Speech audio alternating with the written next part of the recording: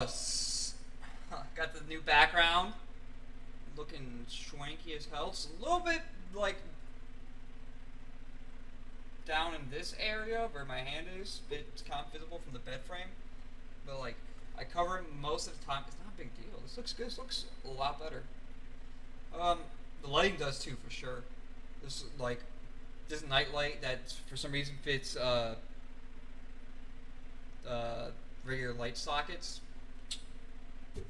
Top tier. Okay. Anyways, looking at a stream of a stream. My stream. That's not right. Window.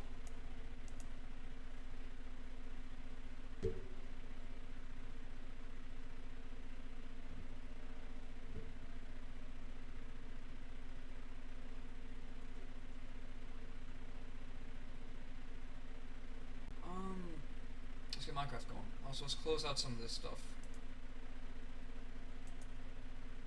I do want to do another test real quick. Test. Chat box. Do you work?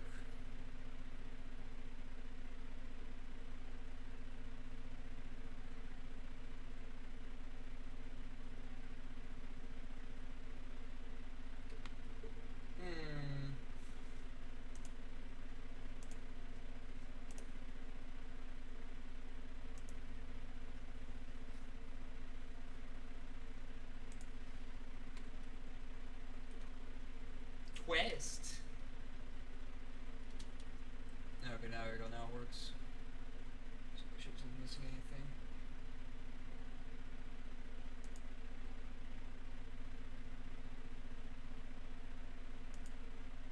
Okay. Anyways, let's get Minecraft up.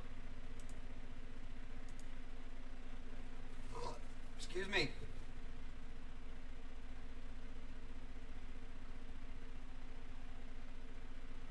Is my music still going? Or is this Docs I left to call? It's still going.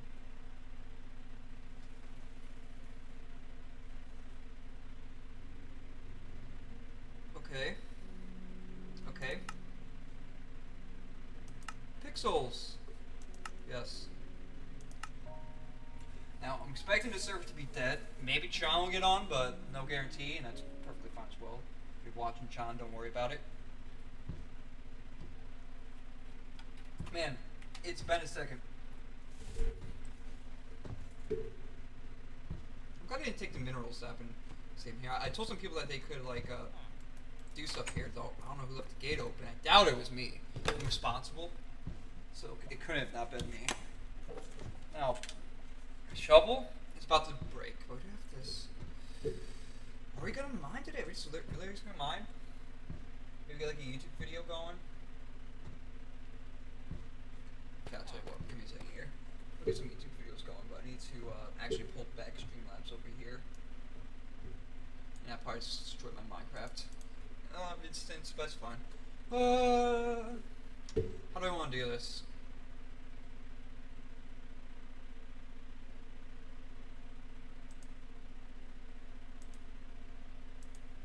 Okay, I'm gonna actually delete some of these elements because I don't think I need them.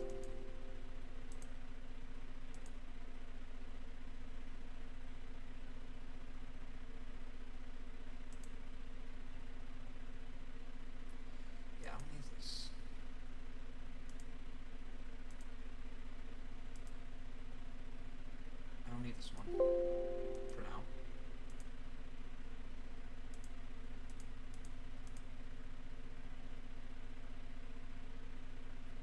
I don't need this either. I don't think. Yeah, I mean everything seems to be fine. Alert box is fine. This is fine. Capture's fine. Display capture's fine. Actually, is this window capture even needed? So we'll get rid of the console too for right now because I'm not even doing any console streams. My bit rate's gone down though bad. That's not good.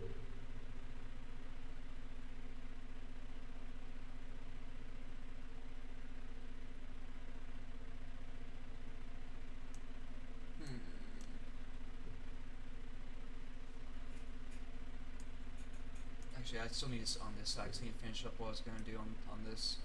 Okay. Let me rename this to just instead of FTL Warzone face cam, I'm just gonna make this music cam. Submit, and because we're not listening to music right now, we can actually just copy and then stay on this. And then okay, fine. Kind of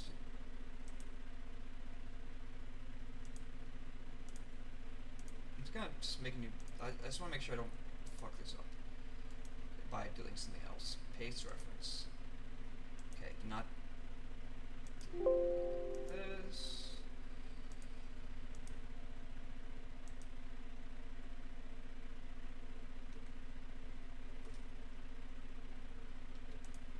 These can all go.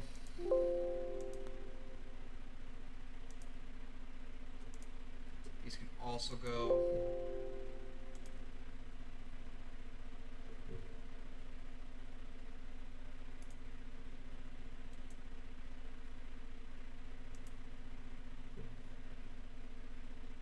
$39.30. These things are going for around $40 in the US and just around $670. Why is this video like my domain? Like I've had this YouTube video for like 2 years. I know like I probably search it up and figure out how to delete the history, so that way it starts me off on a fresh YouTube instance. But god damn it, I don't want to do that. Okay, this goes on this side. It's a good tutorial though. Though I'm not really trying to get in Bitcoin mining right now because of a lot of bad propaganda for Bitcoin lately, as well as there's a GPU shortage. There's a lot of FUD in the market for Bitcoin, man. It's bullshit. It's ruining my portfolio. Like, it's the currency of the future, man. Okay, anyways.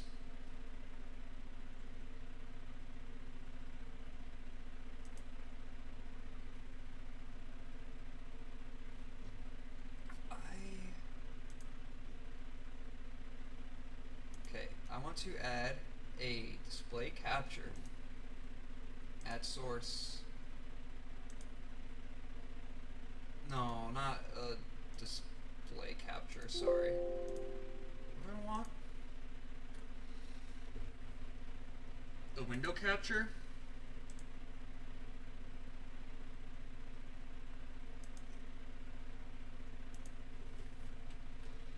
Make this YouTube.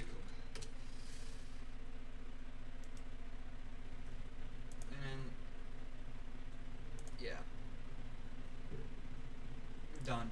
And then we're gonna make it really small so that way you guys can't like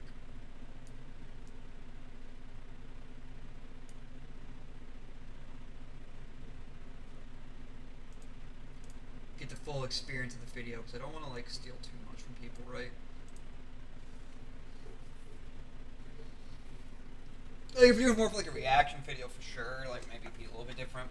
Maybe want to go like for a full face cam, but for this, I think we want to, especially for like the educational videos, stuff like that. I think we definitely want to keep like the videos a little bit smaller, so that way people are more encouraged to actually check out the video instead of just watching me watch the video.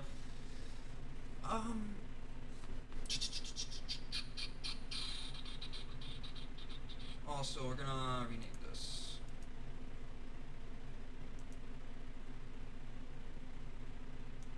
Let's make this face cam.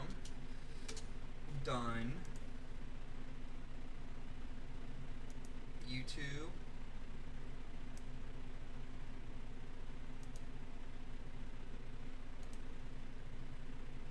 What if I just want to rename one though?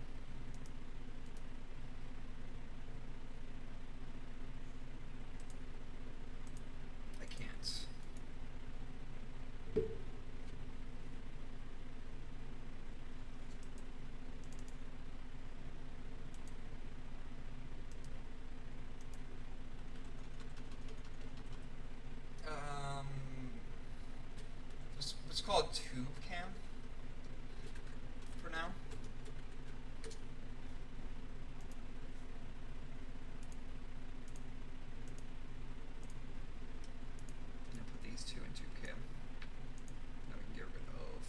this music cam.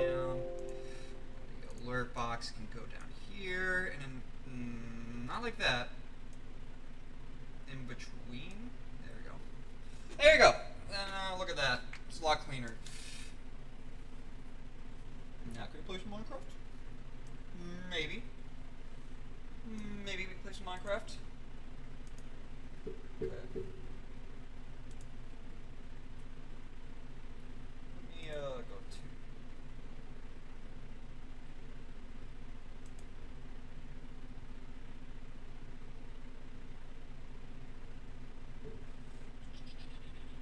Oh yeah, I got a great one. I'm gonna need. I love this channel. Hello, boils and ghouls, as I am legally required to call you for this month. I am your, I guess, booze dude, Cody Ghoston. This is a Haiti episode.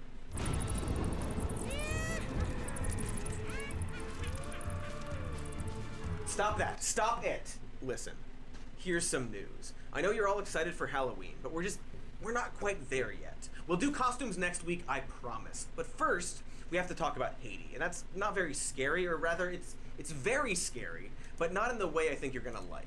I guess there are a couple horror movies based in the country, like White Zombie and The Serpent and the Rainbow, two films made nearly 60 years apart, and yet both are about Haitian magic enslaving white people, as if we were really scared of that for some reason. Oh, also both came out around two separate times the US was occupying Haiti in order to influence their government. That is odd. That's an odd coincidence. Okay, holy shit. So where to begin? Apologies if this is personally inaccurate to you, but this booze dude is guessing that the majority of people watching and or listening to this have a limited knowledge of Haiti, just as I still do. And so we're probably gonna have to start from— I think that's something good to, like, you know, be okay with, is realizing you don't have enough knowledge. I think it's good to realize it doesn't completely validate some arguments, or though it's good to understand, you know, if there are nuances and stuff, I guess. I don't really want to actually get more into this. Where the hell's my jacket at? It's outside, isn't it? It's cold! Fuck. Okay, I'm gonna wear this.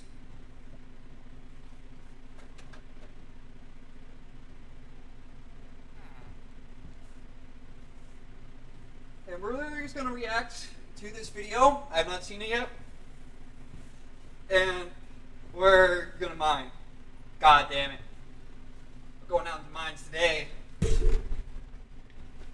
God damn it. Okay.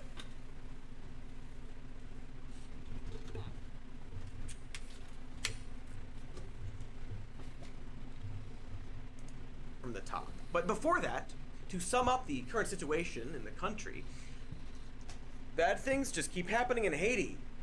I don't know, maybe because of some shaman curse, or hundreds of years of white occupation. I don't know, one of the two. But currently, the country was hit by two entirely different natural disasters in just the span of 3 days. The first being a magnitude 7.2 earthquake that struck on August 14th and ended up killing more than 2,200 people and injuring over 12,000.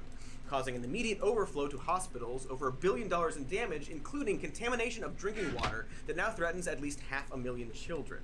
Also, this is early estimates, and the total deaths might be significantly more. And that was just the first disaster, because on August 17th, Haiti was then hit by Tropical Storm Grace, causing rescue efforts to slow down on account of the second disaster. You know, it's hard to deal with the first disaster while you're literally in the middle of another disaster. Did I mention that their president was assassinated a month earlier? That's probably important. Boy, I am tired. Time to wrap it up. This has been a dark and harrowing look at the many problems facing this country. But at least we're almost done, since we've been talking about this for an entire few minutes. I'm gonna need a snack for this, hold on. Okay, that is better, and just because it's candy doesn't mean this is Halloween themed. I simply switched to an all-candy diet for September and October, like many Americans who observe this time a little more seriously than others. All right, we're charged, and we're talking about Haiti. I mean, I've personally been feeling Always pretty making jittery adjust. and weak for the last few weeks for some reason, but generally speaking, we're all energized at this moment for an amount of time. Now, you might feel like this news of Haiti and earthquakes feels a little familiar, a little retro perhaps, like a throwback to the early 10s. And that's because in 2010, a 7.0 earthquake also hit the island nation due to the exact same fault line, resulting in the deaths of over 316,000 people. This single event was so incredibly devastating that even as this recent, as in the 2021 earthquake hit, many in the country were still recovering from the one a decade previous. The 2010 earthquake destroyed so many homes that 1.5 million Haitians were displaced and forced to live in camps, something the country struggled to rectify for many years afterward. And while many countries responded with aid and money at the time, the rebuilding process would ultimately take longer than our attention spans. And as I'm sure you already guessed, that process was riddled with hilariously avoidable problems. For example, when the Government Accountability Office investigated the progress made by the United States Agency for International Development, they found that they had greatly underestimated the cost of rebuilding efforts, causing a much smaller number of homes built than what they had promised. On top of that, many of the construction contractors went to U.S. companies and not companies in Haiti, effectively excluding any efforts to rebuild their local economy. Because, of course we did that. Of course, that when the Red Cross raised nearly $500 million for Haiti recovery, we would learn 5 years later that money would translate to the building of exactly 6 permanent houses. 6. Not 666, because that would be too spooky right now, but as in the single-digit number. 6 houses were built. That's because actually nearly terrible. all of the billions ultimately promised would end up mysteriously vanishing over the next few years. And we're certainly going to talk about more of that later. But it's extremely important to note that between these two life-changing earthquakes, Haiti experienced an absolute onslaught of hurricanes and floods that regularly pummeled the already fragile infrastructure and economy of the country. Imagine a sandwich where the 2 slices of bread are made of molten hot farts, 2 glowing globs of fiery poo air, and everything in between is just rusty needles. That's what Haiti has been forced to eat. So what this all comes down to is that Haiti, a country where in 2005 most citizens were living off less than $2 a day, descended even deeper into poverty. Nearly half of the population is currently going hungry, 1 million of that in situations that are classified as emergency cases. This is where I'd normally put a bunch of donation links, but it seems like there's a problem actually getting that money to the country. You know? It's still here. That's good. But yeah, it seems like it's a lot of choking into the country, which is also a good point. Could we please lose the Halloween theme? Holy shit, you guys. Holy shit. Inappropriate. What this all comes down to is a cycle of poverty for Haiti, a country that imports 4 times more than what it exports, where more and more people are forced to choose between their kids going to school and their kids eating food, and of course those kids going on to be stuck in that same cycle, all of it leading to increased violent crime, which leads to fewer people on the streets, which leads to fewer people working, and once again, more poverty. And of course, all of it made even worse by this most recent earthquake. But hey, at least on top of all this poverty, this fart and needle sandwich of disasters, Haiti That's like that's something too, like, people are always, like, even in the U.S., like, oh, you know, you gotta pull yourself up by your bootstraps, but, like, you know, people might not have it as bad as they do with, like, in Haiti, as we, you know, or vice versa. We might not have it bad as here, as, you know, like, Haitians have in their nation. You know, they obviously seem to be really struggling right now. What the fuck? Okay. People, I'm actually glad people are helping me mind this shit. Let's go. But, yeah, you know, like, you know, the environment in which you live in affects your mood and affects your ability, you know, it adds more stress, makes it hard to get out of the situation in the first place. Usually with more instability, you see a rise in crime, which it's more of a syndrome of the environment being unstable than, like, on the people themselves. And we always like, oh, you know, you gotta pull yourself up by your bootstraps in the U.S. But, like, I mean, this is the prime example of, like, showing how it's the environment that really plays a big impact to whether you succeed or not, right? You get some diamonds or some shit. Also enjoys massive corruption in its government. Do you Doesn't recall help either. that presidential assassination I breezed past earlier? That was former Haiti President Jovenel Moïse, who was in office since 2017. And we should probably talk about that guy, because on July 7th of this year, a group of gunmen entered the president's home and proceeded to shoot him 12 times. What we would later learn is that these men were recruited from outside the country by 4 different companies. According to interviews, many of them believed they were hired for security, while only a few knew the actual plan. And the man who had allegedly hired them was Christian Emmanuel Sanon, a Haiti-born doctor who was, and this is a pretty neat detail, an American citizen. Sanon had flown to Haiti during this time and planned to assume the presidency in place of Moïse. What? Now, there's a whole lot of details I just can't get into here, but it's important to note. Excuse me? What? This guy's like straight up like, oh damn, dude, this is my chance. Oh my god, I got such a bad, I can hear myself like reverbing through this. Oh my god, but like that's fucking, that's hilarious. The guy was like, oh damn, I'm gonna take over this country, man. I'm gonna go to Haiti and just become a fucking ruler. It's fucking nuts, dude. That's crazy. I'm gonna go back and hear this again. Who was in office since 2017. And we should probably talk about that guy, because on July 7th of this year, a group of gunmen entered the president's home and proceeded to shoot him 12 times. What we would later learn is that these men were recruited from outside the country by 4 different companies. According to interviews, many of them believed they were hired for security, while only a few knew the actual plan. And See, that's crazy too. That like, not that they didn't even like tell these people what was going on. It was just like you're doing security work, and then they're like suddenly DEA coming in, and you're like, what the fuck? What the fuck are we doing? We just like following, you know, and suddenly you're a war criminal. the man who It's had terrible. allegedly hired them was That's Christian actually fucked Emmanuel up. Sanon, a Haiti-born doctor who was, and this is a pretty neat detail, an American citizen.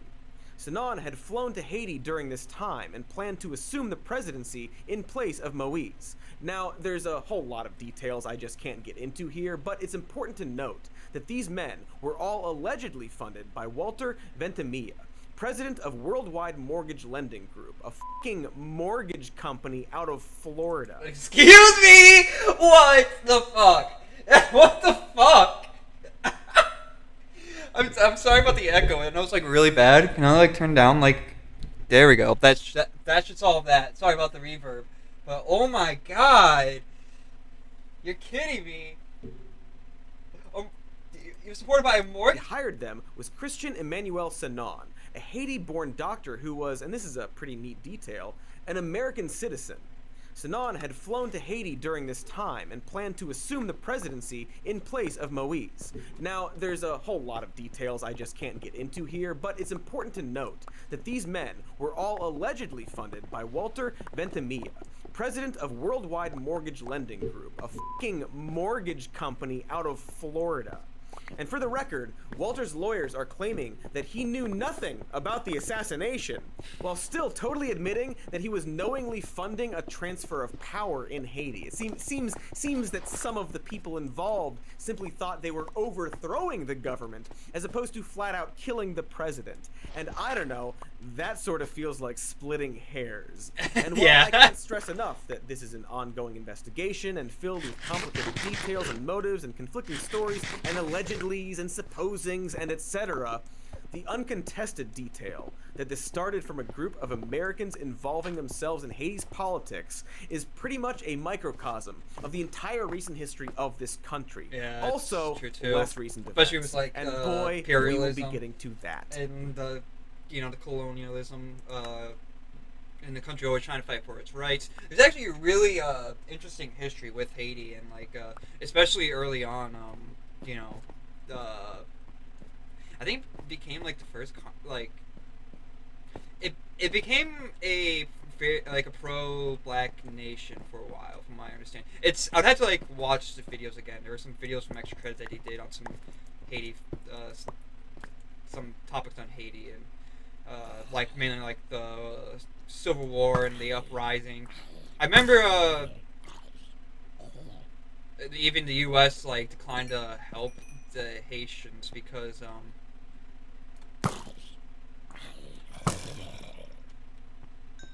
give me some experience, baby. I need it. My shovel's breaking. Or I think they were like they were worried about the outcome of the war because of obviously slavery in America and like how it might influence the uh, the black people in America at the time to rise up against just their slave owners, which is god awful that they were enslaved in the first place. Okay, about to break the shovel again. Be careful. Be careful, careful. Okay. Anyways, let's that this started from a group of Americans involving themselves in Haiti's politics is pretty much a microcosm of the entire recent history of this country. Also, less recent events. And boy, we will be getting to that. Oh boy, too bad you're gonna have to. In fact, Jovenel Moïse himself only rose to power thanks to a chain reaction started by American politicians. Yeah. For context, Moïse began his 2016 campaign as a banana farmer sworn to clean up Haiti from corruption, only for corruption and crime to rise considerably during his presidency.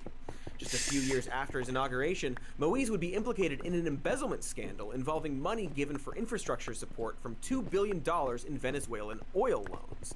This was money Haiti received following the 2010 earthquake, money that, under Moïse's predecessor, had already been heavily embezzled. And speaking of Moïse's predecessor, part of the controversy around Moïse's election win had to do with rumors that he was actually handpicked by Haiti's former president, Michel J. Martelly, who stepped down in 2016 after those aforementioned accusations of massive corruption.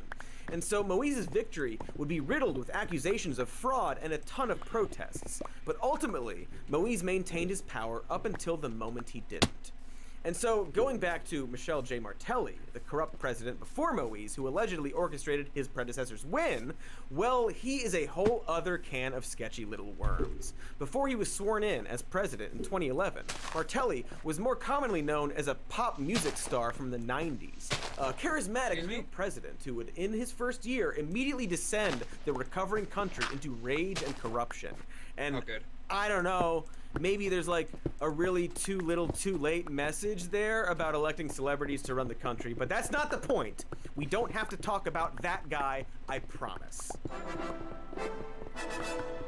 You are extremely welcome. What I'm getting to here is the extremely suspect presidential election of Michel Joseph Martelly, one happening less than a year after Haiti was devastated by the 2010 earthquake. Things were not good for the country, and the US was still in the middle of sending aid. Specifically, the Clinton Foundation was heavily involved in Haiti, and boy, were they talking a big game, including using the phrase "building back better" in their promises to help the country because yum yum, we love it, gobble gobble gobble. Oh God. And so the election took place, resulting in a tie between three candidates who had yet to reach the percentage of votes needed to win, Michel Martelly being the one who received the least amount of votes. At the time, this seemed to imply that he would be edged hot out of, dang, any runoff hot election. Okay. However, the Organization of American States disputed that claim, saying that Martelly should actually be included in the runoff and that he'd actually come in second. Wait, hold up. I got distracted by the things were jokes. Not good for the country, and the US was still in the middle of sending aid. Specifically, the Clinton Foundation was heavily involved in Haiti, and boy, were they talking a big game, including using the phrase "building back better" in their promises to help the country because yum yum, we love it, gobble gobble gobble. And so the election took place, resulting in a tie between three candidates who had yet to reach the percentage of votes needed to win, Michel Martelly being the one who received the least amount of votes. At the time, this seemed to imply that he would be edged hot out of, dang, any runoff hot election. Okay. However, the Organization of American States disputed that claim, saying that Martelly should actually be included in the runoff and that he'd middle of sending aid. Specifically, the Clinton Foundation was heavily involved in Haiti, and boy, were they talking a big game, including using the phrase "building back better" in their promises to help the country because yum yum, we love it, Gobble, gobble, gobble. And so the election took place, resulting in a tie between three candidates who had yet to reach the percentage of votes needed to win, Michel Martelly being the one who received the least amount of votes. At the time, this seemed to imply that he would be edged hot out of, dang, any runoff hot election. Okay. However, the Organization of American States disputed that claim, saying that Martelly should actually be included in the runoff and that he'd actually come in second. We would later learn that the OAS was totally wrong about this.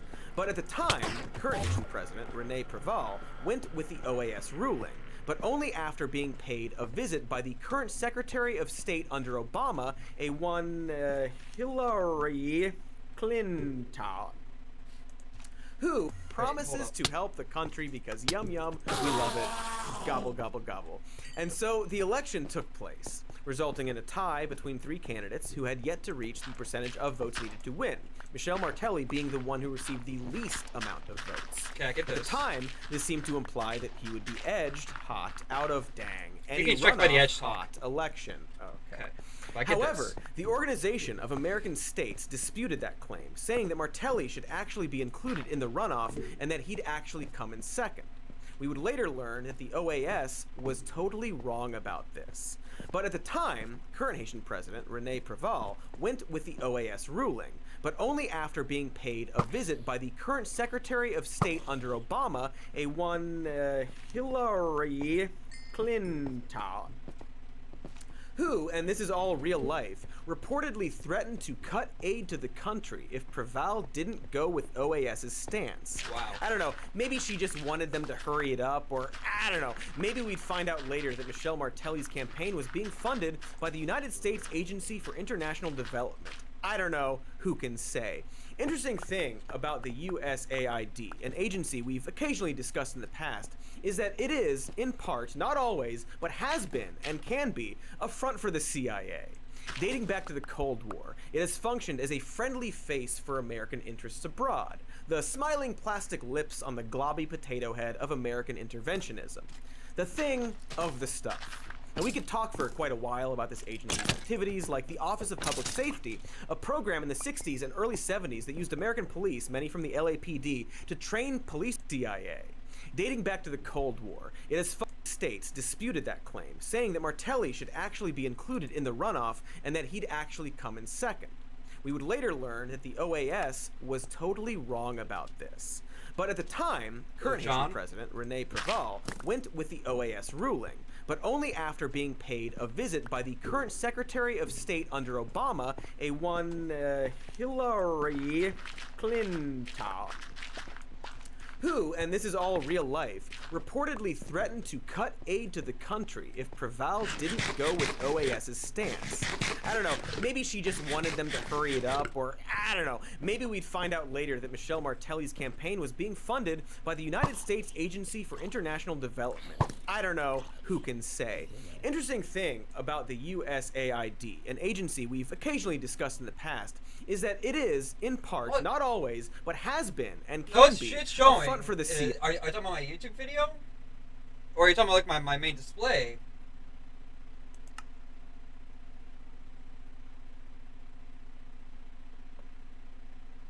Like, are you talking about Minecraft or the YouTube video?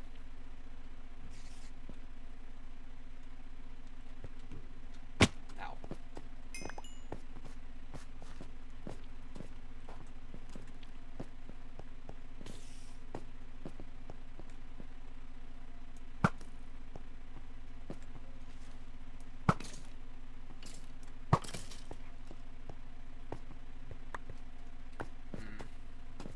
Some XP, need to kill up the shovel. It's just what? No way. Can I get a preview? Okay, hold up. Is there a creeper? That'd be funny because I've been streaming the construction stream for like an hour. It says I have a feed.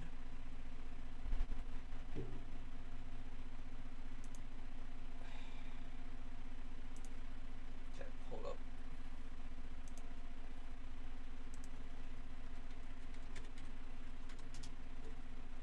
I just have like black.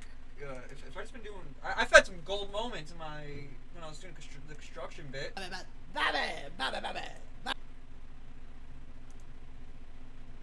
John, there's something wrong, because I see the video right now. I've had some gold moments when I was doing the construction bit. Are you like watching on YouTube maybe? John, there's something wrong.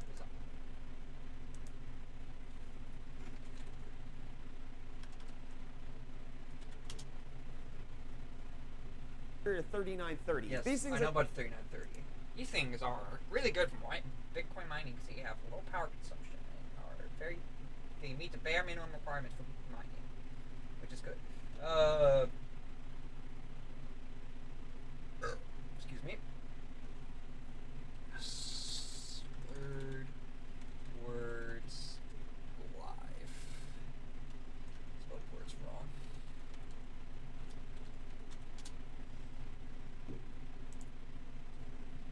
I mean, it looks like I'm fine.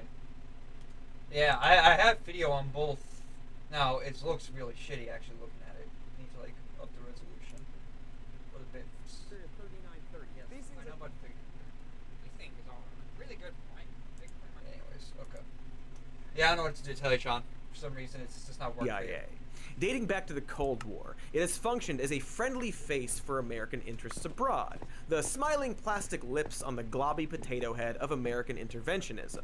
The thing of the stuff. And we could talk for quite a while about this agency's activities, like the Office of Public Safety, a program in the 60s and early 70s that used American police, many from the LAPD, to train police officers and military personnel overseas, which revealed torture methods and brutality. Interesting how much we moralize about how other countries' police treat their citizens, considering we trained some of them. Weird how one of America's main exports seems to be brutality. But anyway, after training other countries' cops how to be pigs, the program was phased out starting in 1974. Not because of any admission of wrongdoing, but to save face from the allegations. To quote a state foreign relations committee report, quote, "It matters little whether the charges can be substantiated. They inevitably stigmatize the total United States foreign aid effort." And nothing ever stigmatized United States foreign aid effort ever again. Star wipe, iris out. Anyway, there are more instances of USAID beyond that. We won't give a long list, but for example, their involvement, knowingly or not, in the Peruvian government's family planning program in the mid-90s, also known as thousands of cases of forced sterilization for which the victims have still not seen justice. Wait, what? Or even more recently, and more hilariously, in 2010, the USAID created a fake social media platform in Cuba called Zunzunio.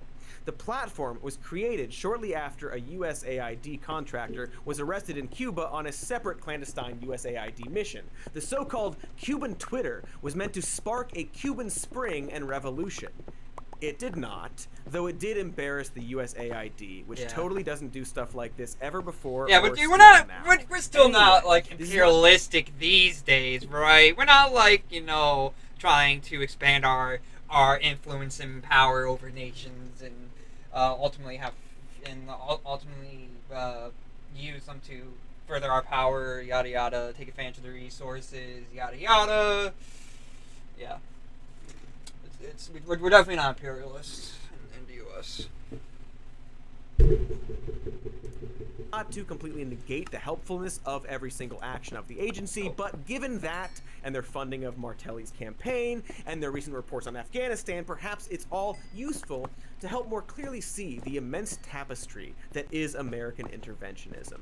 But to get us back on track, the USAID funded Martelli's failed campaign. Secretary of State Clinton threatened to withhold aid if Martelli wasn't included in the runoff, and now here we are, back. And boy, it sure seems like those Clintons had a great deal of influence in Haiti, despite not, being from there and actually being United States politicians. And I think they're married. It feels like there's a whole video we could do on the Clintons and Haiti at some point. A lot of reading out there. But we still have a bunch of other stuff to talk about.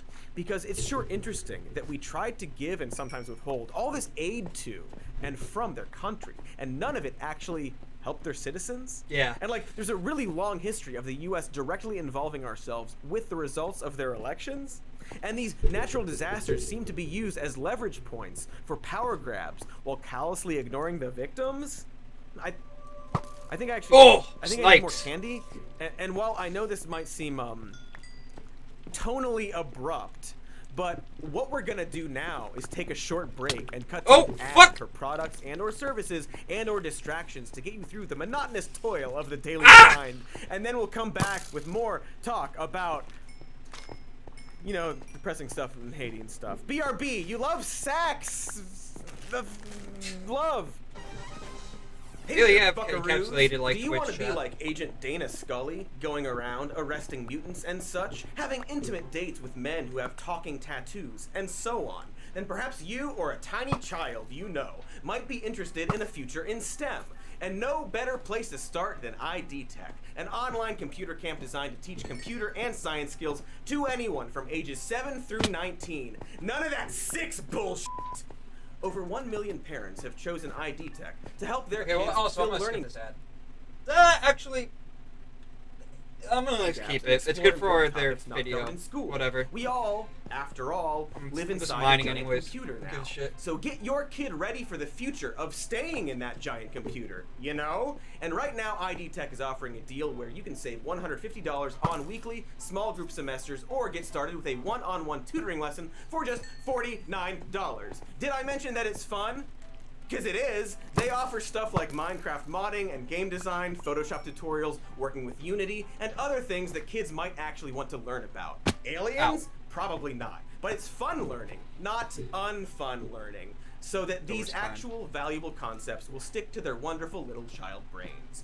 Go to idtech.com/more news right now and use code more news to save $150 on weekly small group semesters. For a limited time, you can also get started with a one-on-one tutoring lesson for just $49 to save $150, and your child can be hunting sewer demons in no time. That's right, we're training them for battle. idtech.com/more news. Thank you. Hello, enthusiastic consumers. I'm Cody, and if you're like me, your post office is haunted by a mysterious entity that speaks to you through the possession of children. Or maybe you just have a small business that requires a copious amount of letters and packages. Either way, Stamps.com will make it easy for you to skip the post office for large orders. But you know, maybe it's still good to support your local post office, even if it's haunted. It is very blurry, Both myself I have to, like, and the writer of this ad use Stamps.com because it's helpful, and all you need is a computer and a standard printer. You go on the app, or what have you, and print out your postage, and you're done.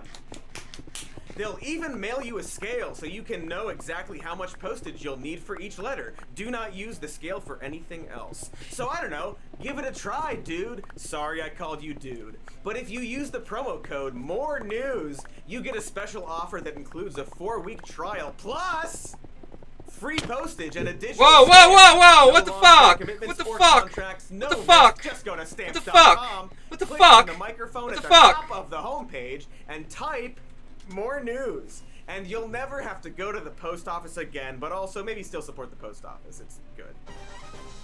Look at this guy. Struggling. That really hit the spot. Look like a it's little sugar bitch. water. I can't get enough of this stuff. I feel like a fucking ant, all tiny and scared and shit. So, perhaps it's time for a history lesson about Haiti.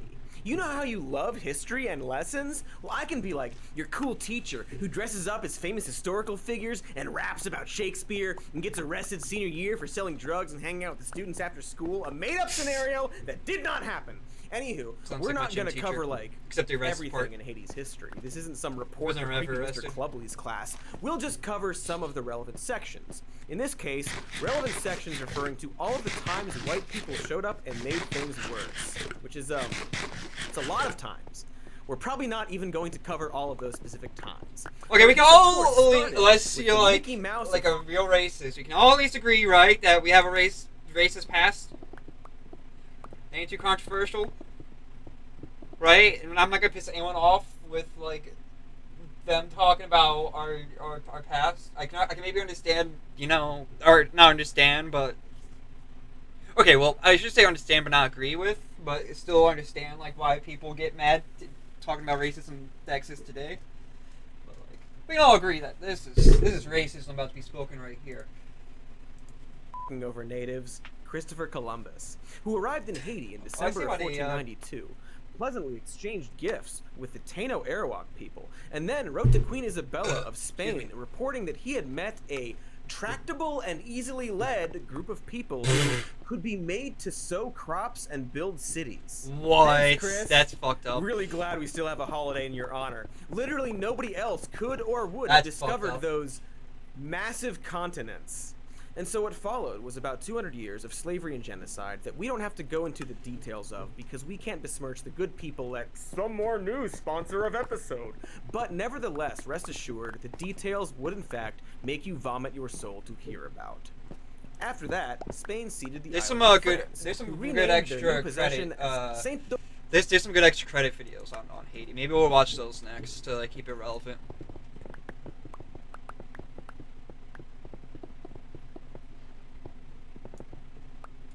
Domingue. By 1754, there were roughly 172,000 slaves enduring various levels of rape, torture, and genocide. Wow, this tractable and easily led group of people sure could be made to grow crops and build cities, huh? It was, to put it lightly, an extremely dark time. As the colony grew to become the richest in all of France's territory, Saint-Domingue became the #1 hotspot for unspeakable horror. Slaves were mutilated, burned alive, literally tied up and smeared with molasses so they could be eaten alive by ants. The French were known to simply work their slaves to death and buy new ones, making the average span between servitude and the grave mere years.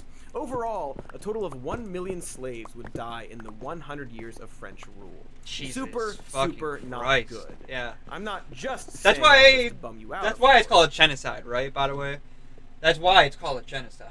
I mean, like they weren't completely wiped out, but I don't think it needed to be completely wiped out for it to be the genocide. And by they, I mean the Haitian people. I don't want to even like dehumanize them. Like you're right. Like this is fucked. But to explain why, in 1791, the slaves of Saint-Domingue made the strategic decision to rise the f*** up and say, wait, actually, nuh-uh. This is the Haitian Revolution, a 13-year conflict between Haitian slaves and French and British pissheads that resulted in the first country to be founded by former slaves, and as a result, the first country to ban slavery. This happened in their very first constitution. That's in what it was. Yeah, 1805, first country to ban slavery. nearly 60 years before the United States Civil War. And boy, let me tell you, Chief, the United States wasn't too happy about this. Along with hurting them economically, the Haitian Revolution sparked a lot of fear in American slave owners, who attempted to downplay or suppress news of a revolt. Jean-Jacques Dessalines, the founding father of the Haitian Revolution and super cool-looking guy, even wrote to Thomas Jefferson as their constitution was being made, only to get absolutely no response back. This can maybe tell us a little something about United States founding fathers' actual view of slavery. Those dudes loved writing letters. It's like the main thing they did. But despite America's best efforts, this revolution would be known to American slaves and seen as inspiration for their own emancipation. The irony in all of this is that this revolution would end up greatly benefiting the United States, not just in the slave trade industry, but because when Napoleon attempted to reclaim the former Saint-Domingue, he got his ass kicked so fucking hard that he ran out of resources and ended up selling a bunch of land to the United States, specifically all of this land. You know, like some kind of like Louisiana purchasization, as they say. Napoleon would go on to disappear for a few days, presumably out of embarrassment, before suddenly re-emerging with a newfound love of water slides. Mon Dieu.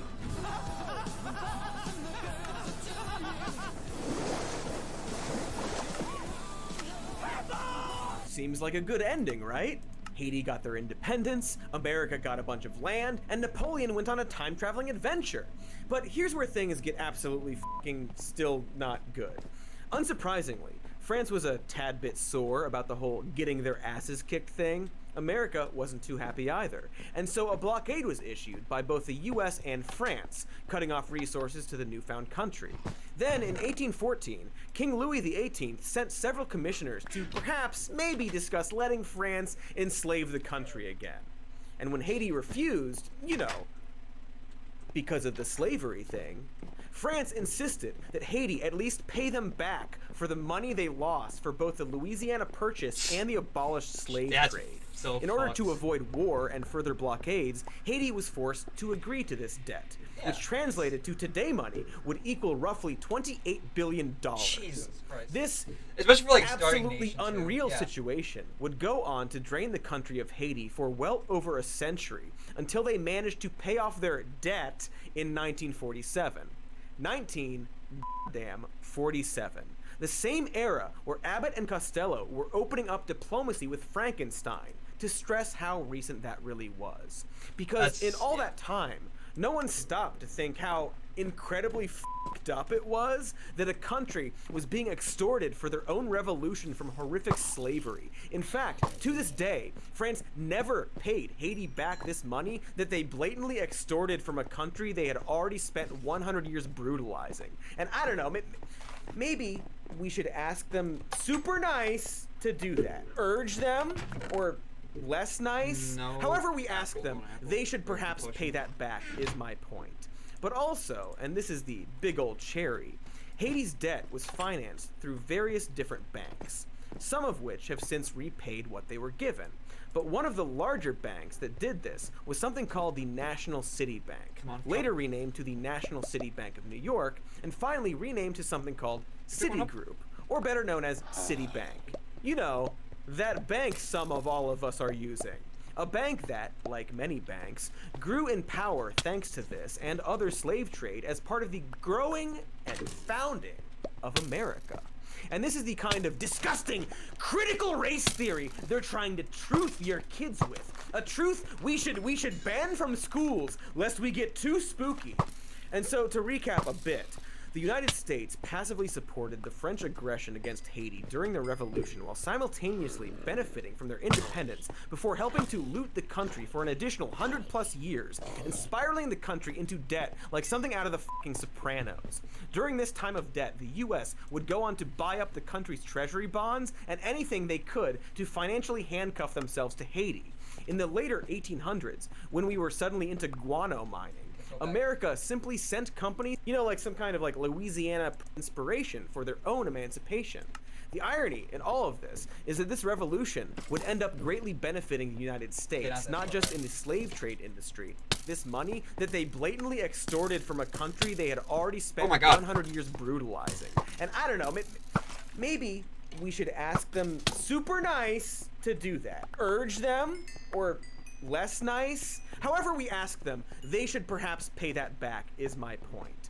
But also, and this is the big old cherry, Haiti's debt was financed through various different banks, some of which have since repaid what they were given. But one of the larger banks that did this was something called the National City Bank, later renamed to the National City Bank of New York, and finally renamed to something called Citigroup, or better known as Citibank. That bank some of all of us are using.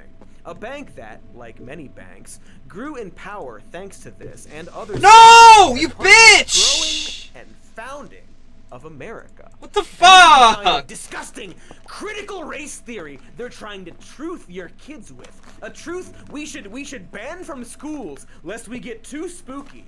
And so to recap a bit, the United States passively supported the French aggression against Haiti during the Revolution while simultaneously benefiting from their independence before helping to loot the country for an additional 100+ years and spiraling the country into debt like something out of the fucking Sopranos. Go back. During this time of debt, the US should perhaps pay that back, is my point. But also, and this is the big old cherry, Haiti's debt was financed through various different banks, some of which have since repaid what they were given. But one of the larger banks that did this was something called the National City Bank, later renamed to the National City Bank of New York, and finally renamed to something called Citigroup, or better known as Citibank. That bank some of all of us are using. A bank that, like many banks, grew in power thanks to this and other slave trade as part of the growing and founding of America. And this is the kind of disgusting, critical race theory they're trying to truth your kids with. A truth city. I'm actually gonna lose my fucking mind. City Bank of New York, and finally renamed to something called Citigroup. I don't care. You're all free. Citibank.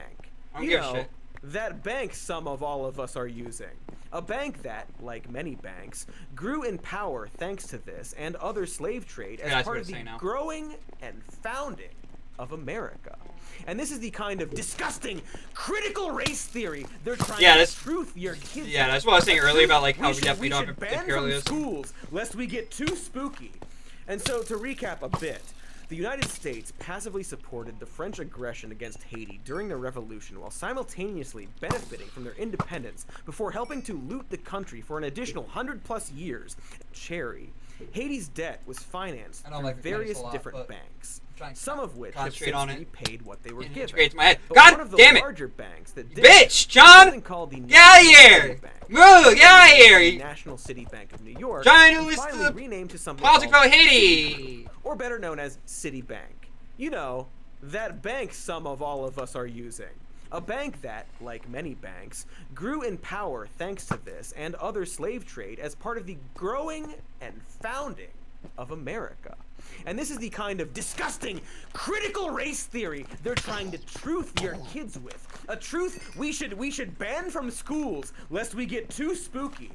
And so to recap a bit, the United States passively supported the French aggression against Haiti during the revolution while simultaneously benefiting from their independence before helping to loot the country for an additional 100+ years and spiraling the country into debt like something out of the fucking Sopranos.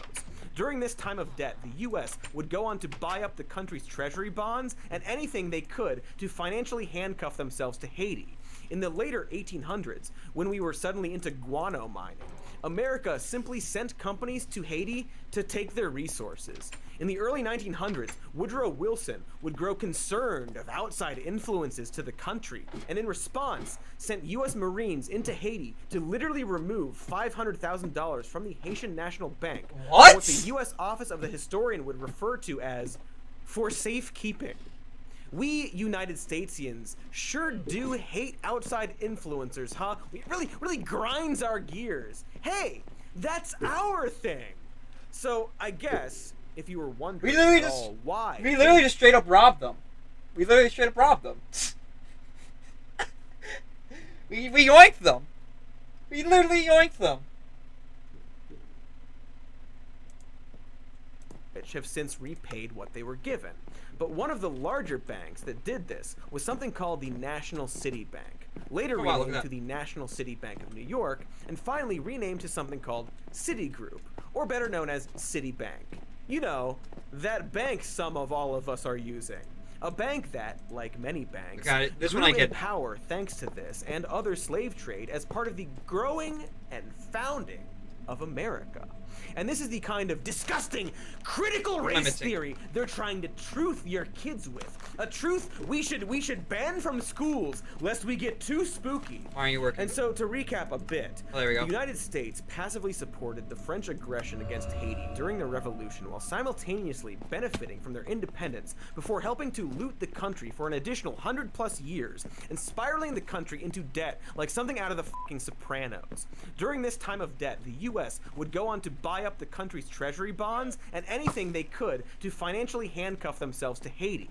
In the later 1800s, when we were suddenly into guano mining, America simply sent companies to Haiti to take their resources. In the early 1900s, Woodrow Wilson would grow concerned of outside influences to the country, and in response, sent U.S. Marines into Haiti to literally remove $500,000 from the Haitian National Bank for what the U.S. Office of the Historian would refer to as for safekeeping. We United Statesians sure do hate outside influencers, huh? It really grinds our gears. Hey, that's our thing. So I guess if you were wondering at all why Haiti was already nipples deep in poverty before the 2010 earthquake, well, congratulations on the wonders of learning. I'd have the haste. I can feel my blood. That's It's nice. awesome. And That's so funny. here we are, amid these multiple disasters and corruption and assassinations, continuing to siphon money from the tragedies in Haiti. When the 2010 quake hit, one of the more immediate responses was a series of scam donation sites that simply existed to make money from phony relief efforts. But the grift doesn't stop at the low level. As I already mentioned, a ton of Red Cross money just vanished after this point. Over $10 billion was pledged by governments, citizens, and private companies after 2010, and as we can see with just our f***ing eyeballs, that money never actually went to the people of Haiti. So, where did it go? Did the Kraken get it? Was the money haunted and no one wanted to claim it? Unfortunately, the answer wasn't that spooky. Again, not a Halloween episode. As concluded by the 2012 study by Tulane University, the money we sent was more than enough to help the immediate needs of the affected areas, and yet in some cases actually did more harm than good. This guy's As I already trolling me. mentioned, a lot of this cash got slurped up by corrupt politicians. However, an investigation by The Guardian found that about 94% of humanitarian funding simply went to the lower levels of whatever entity people donated to. Outside contractors and private companies completely removed from Haiti's economy were hired. And in a lot of cases, the trail of receipts would just go cold. For some profoundly wild reason, we don't keep track of where donations John, go after I they're see you. donated. I look. And this is I know probably you're kind of a mad fun at me. time to mention. I've been busy doing stuff. We need to talk, okay? We need to actually talk. It's getting out of hand. Okay? Like, I understand that you've been frustrated that things haven't been progressing, but I need you to understand that, you know, I've been dealing with stuff of my own. Like, if you're mad, just talk to me. Yes. I mean, if we're not, that'd be great, but I'd love for you to not miss my beacon. That'd be fantastic. That'd be great. Anyways, I'm gonna get back to mining. After I get the resource left over here. Or not. I don't give a shit. Okay. Beep bop bloop. Okay. Go! Oh, we made it. Knew I would. John? Bitch! I know what you're doing! Get out of here! Don't ruin the relations with our city any further. You bitch! I hate you.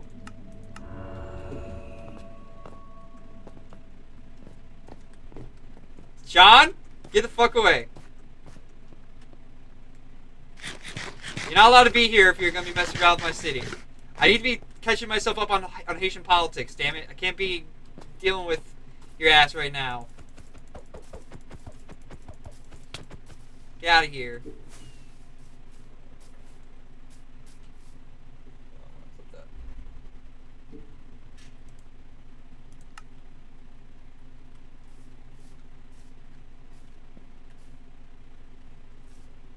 Not in the air secretly anywhere? Okay, okay, we're good. I think, I hope.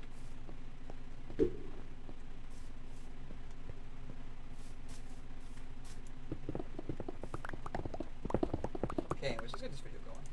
That disaster relief is currently a booming industry that's getting the attention of private equity firms and Wall Street monsters. If you're looking for a career that isn't going away anytime soon, perhaps go into disaster relief instead of a dying industry like building roads, anything with water, Get or away. internet comedy writing. And so, much like what happened in Afghanistan, all the money that was supposed to help was either juggled around through various government entities, embezzled by corrupt politicians, or filtered through a series of extraordinary, greedy people farming off relief efforts to private companies Go of back. I didn't questionable catch quality. any of this. I didn't catch any of this. Over $10 billion was pledged by governments, citizens, and private companies after 2010, and as we can see with just our f***ing eyeballs, that money never actually went to the people of Haiti. So, where did it go? Did the Kraken get it? Was the money haunted and no one wanted to claim it? Unfortunately, the answer wasn't that spooky. Again, not a Halloween episode. As concluded by the 2012 study by Tulane University, the money we sent was more than enough to help the immediate needs of the affected areas, and yet in some cases actually did more harm than good. As I already mentioned, a lot of this cash got slurped up by corrupt politicians. However, an investigation by The Guardian found that about 94% of humanitarian funding simply went to the lower levels of whatever entity people donated to. Outside contractors and private companies completely removed from Haiti's economy were hired. And in a lot of cases, the trail of receipts would just go cold. For some profoundly wild reason, we don't keep track of where donations go after they are donated. And this is probably a fun time to mention that disaster relief is currently a booming industry that's getting the attention of private equity firms and Wall Street monsters. If you're looking for a career that isn't going away anytime soon, perhaps go into disaster relief instead of a dying industry like building roads, anything with water, or internet comedy writing. And so, much like what happened in Afghanistan, all the money that was supposed to help was either juggled around through various government entities, embezzled by corrupt politicians, or filtered through a series of extraordinary, greedy people farming off relief efforts to private companies of questionable quality. And so this is where I tell you about the Lambie Fund, an organization from Haiti that specifically helps fund actual local disaster relief efforts from actual local groups in Haiti. And perhaps if you want to donate to anyone, maybe f the Red Cross. And these are the people you should donate to. And here's the link for that in full screen.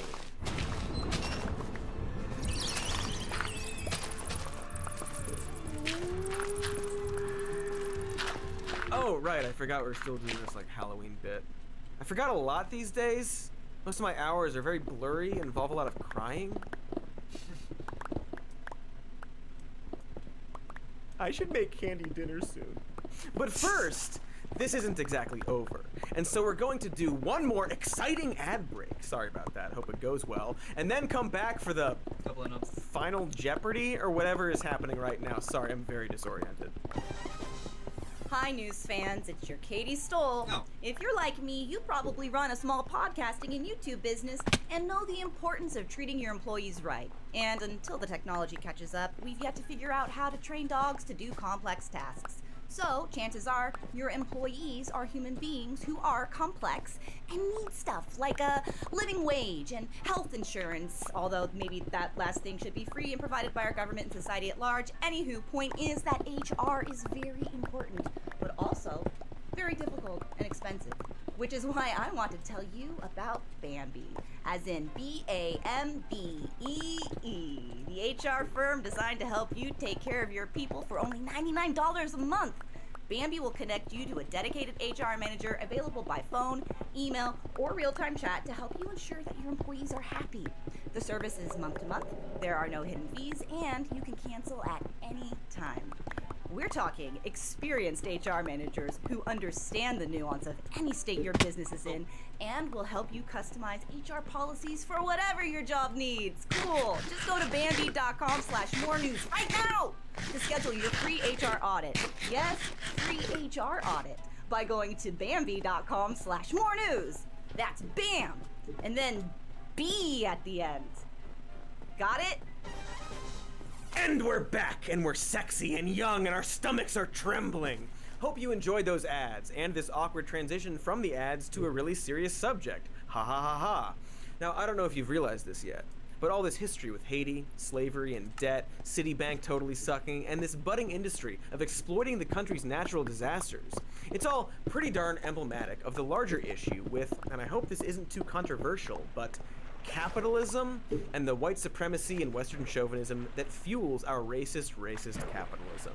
This is, after all, a cycle of debt and poverty being maintained by the US government, and not unlike the cycle being maintained within our country. Haiti is a depressingly perfect model for what we do to certain citizens every f***ing day, and that point is not lost on me. Specifically, there is a group of people that we, enslaved not too long ago, and after that, spent way more time excluding them from any opportunities for advancing past a certain economic point. And that process created a cycle of poverty for them that's extremely hard to break, while certain whiter people amazingly blamed it on those people not pulling themselves up by their bootstraps. Like, that's what I said earlier. In the context of Haiti, this often Did I say something about this earlier? To be fair to the president, some countries are really crappy, right? In Sudan, North Korea, Haiti is not a great place to live. It has a life expectancy of 63 years and an average annual GDP per capita of like $730. It's not a great place to live. Gee, Ben, I wonder why that is. Ben was on Fox defending the comments of a certain president that I said I wouldn't talk about, where that certain president called Haiti a shithole country. Ben goes on to argue that it would be hard for Haitian immigrants to assimilate, and speculates that issue is actually what the president was talking about. But what Ben is trying hilariously to claim is not really racist is clearer in the full context of the president's words, which were, "Why do we need more Haitians?" followed by, "Take them out," referring to excluding Haiti from any deals to allow more immigrants into the U.S. So the reasoning here is that since Haiti is a crappy country, they should be excluded? And neither Ben nor that certain president is remotely curious about why this country might be in such bad shape. Because again, bootstraps, am I right? Clearly, people can't be trusted with our country since they messed up their country. And by that, I actually mean we messed up their country. And so here we are, watching these people swirl around in a cycle we created, shoving them right back into the cycle anytime one tries to break free with the excuse that it's somehow their fault. Or in other words, maintaining white supremacy. God damn it, John! A long time ago, I'm trying to watch this video, and now I'm gonna deal, and I have to go back and retrace my thoughts because I have ADHD, and I'm trying to like keep track of everything. And on top of that, I gotta deal with your ass fucking with my beacon that we worked together. What happened, Sean? What happened? This is our beacon of friendship, of unity, of fuck off, creeper. Not dealing with your ass right now. But what happened, Sean? What the fuck happened, man? Like, I know I haven't been on lately, and I know we had some deals made, but I'm sorry. I don't know if you could be mad at me for that, man. I had to deal with my own shit.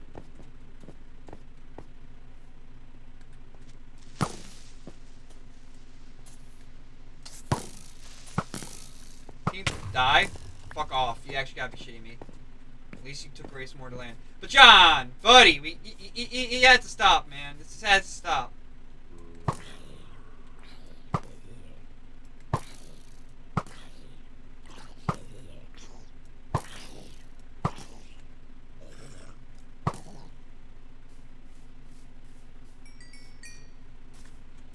Ding, ding, ding.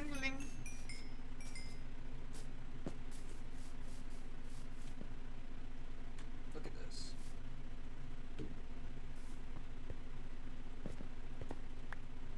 John, damn it! I hate you! Get out of here! Seriously, stop, man. This game ridiculous. This game's giving me too much. Okay, I'm running low on iron. Okay, you bitch. John, I swear to God, if you don't stop.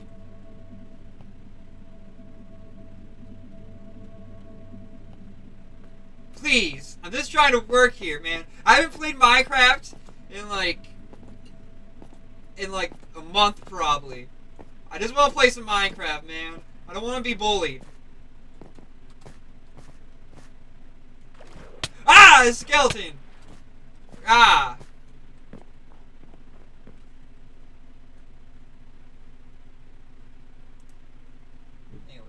Ben was on Fox defending the comments of a certain president that I said I wouldn't talk about, where that certain president called Haiti a shithole country. Ben goes on to argue that it would be hard for Haitian immigrants to assimilate, and speculates that issue is actually what the president was talking about. But what Ben is trying hilariously to claim is not really racist is clearer in the full context of the president's words, which were, "Why do we need more Haitians?" followed by, "Take them out," referring to excluding Haiti from any deals to allow more immigrants into the U.S. So the reasoning here is that since Haiti is a crappy country, they should be excluded? And neither Ben nor that certain president is remotely curious about why this country might be in such bad shape. Fuck off! Bootstraps. If I die, I'm Clearly, losing. these people can't be trusted with our country since they messed up their country. And by they, I actually mean us. We messed up their country. Yeah, and true. so here we True. are, watching these people swirl around in a cycle we created, shoving them right back into the cycle anytime one tries John! to break You free. with bitch! the Get outta excuse here! that it's Get outta here! Somehow their fault. Or in other words, maintaining white supremacy. Because a long time ago, we got ahead of the game, and by Xenu, we're staying there, even if we absolutely cheated and exploited people along the way. And this is going to just keep on happening, more and more. And not just with this one country. What we're seeing with Haiti is just a small, sour taste of our future on a planet being gradually destroyed by climate change. In the case of Haiti, the problems are a lot of different things, as we just explained. But as more and more impoverished countries are affected by an increase in drought and storms and, I don't know, some kind of drought storm that, like, swoops by and steals your water, well, that disaster relief industry is just gonna grow and grow, while simultaneously not actually helping more and more areas. And it will happen in places in America, too.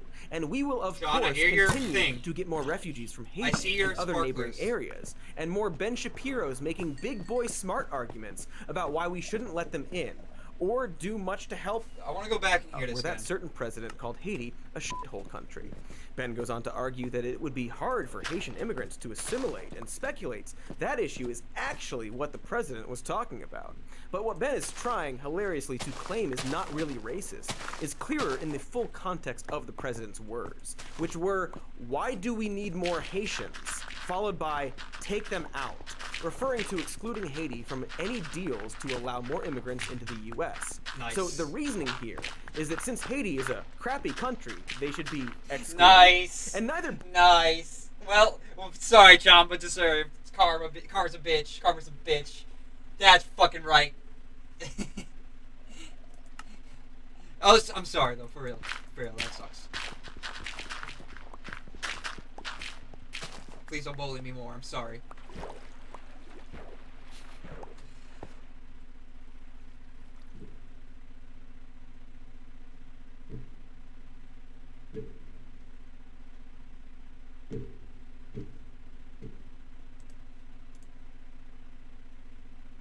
Ben, nor that certain president, is remotely curious about why this country might be in such bad shape. Because, again, bootstraps, am I right? Clearly, these people can't be trusted with our country, since they messed up their country. And by they, I actually mean us. We messed up their country. And so here we are, watching these people swirl around in a cycle we created, shoving them right back into the cycle anytime one tries to break free with the excuse that it's somehow their fault. Or in other words, maintaining white supremacy. I see. Because a That's- long that's time where I kept ago, missing was we got ahead of the game, and by Xenu, we're staying there, even if we absolutely cheated and exploited people along the way. And this is going to just keep on happening, more and more. And not just with this one country. What we're seeing with Haiti is just a small, sour taste of our future on a planet being gradually destroyed by climate change. In the case of Haiti, the problems are a lot of different things, as we just explained. But as more and more impoverished countries are affected by an increase in drought and storms and, I don't know, some kind of drought storm that, like, swoops by and steals your water, well, that disaster relief industry is just going What? to grow and grow. Wait, while wait, simultaneously what? Not act- Are you telling me that the fucking look? I'm sorry. That's actually like just extremely frustrating and terrible for a country to go through. But are you telling me that the fucking hurricane that hit Haiti caused a drought? That's just actually terrible. Fuck you. Mother Nature is really fucking around with us, but they're fucking around with the wrong people. Oh, that's just mean. They're like, oh, fuck these humans, and then you're on the ones that are impoverished most by global, like, climate change.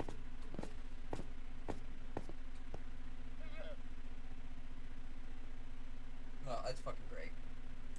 Actually helping more and more areas. And it will happen in places in America too. And we will, of course, continue to get more refugees from Haiti and other neighboring areas. And more Johnny, come Ben get your stuff. Shapiro's making big boy smart arguments about why we shouldn't let them in. Or do much to help domestically either for some reason. And various presidents with various horrifying policies on keeping these people out. But maybe, with this current president, perhaps, we can break that cycle. They cross the Rio Grande River that forms the border between the US and Mexico. Most of them Haitians, willing to take the chance that they will be processed and allowed in, willing to tolerate what's been described as a squalid existence here. It is these pictures of Border Patrol agents on horseback pushing migrants into the river that caused so much anger. For some, they carry the echoes of the worst chapters of American history. Oh, right, no, we're whipping them. Of course we're whipping them. But don't worry, folks. They weren't literally whips. And also, double don't worry, because the Biden administration took away the horses of those men, because Not the that was whips. obviously the thing we all had an issue with. I want to make some kind of That's actually a really good joke, point. but I'm too busy. That's actually a really good point. I remember them saying something about, like, the horses. They really did nothing. They're like, oh, man, we'll make it seem like we're doing something. I mean, after all, we have to. We're Democrats. We have to seem like we care. Oh, man. That's fucking great.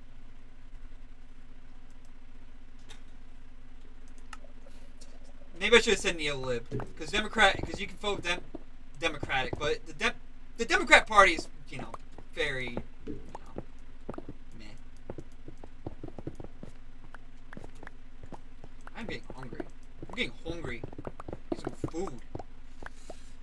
All this Haitian politics struggling to and contain my skull inside of my international flesh. politics. Because, like all the other stuff we did to Haiti and all the other White supremacy and colonialism and imperialism, yada yada yada, all this stuff is making me so fucking hungry. You know what I'm saying?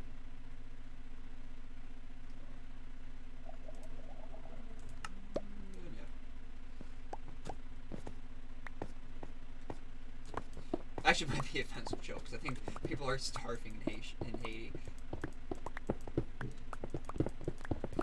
Now think about that some more.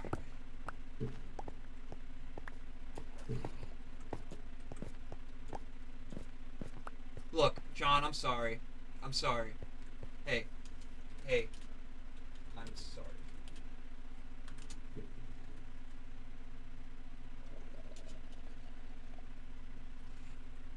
We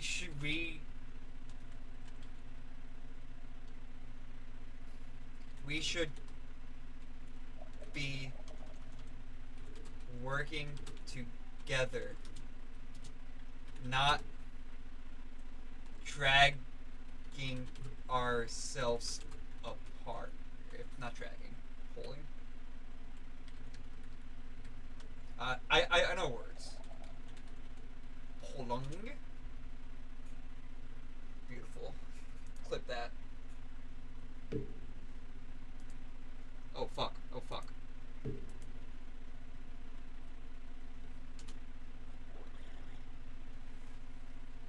I need to also fix this. What time is it right now as well? 7:46. How long have I been streaming for?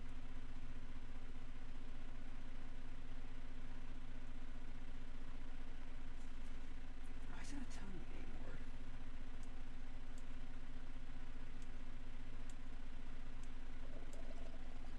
Here we go, that's what I'm looking for.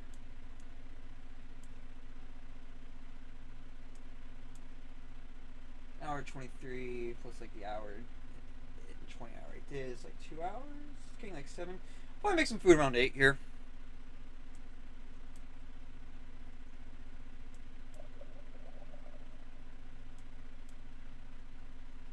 Anyways. Other countries we politically kneecapped, the US is also one of the largest contributors to the climate change that will inevitably displace billions of people that we certainly won't try to actually help and will almost certainly be wicked f***ing racist toward when they hit our borders. This whole other aspect of the crisis in Haiti is, like so many other parts of this episode, something we could talk about for hours.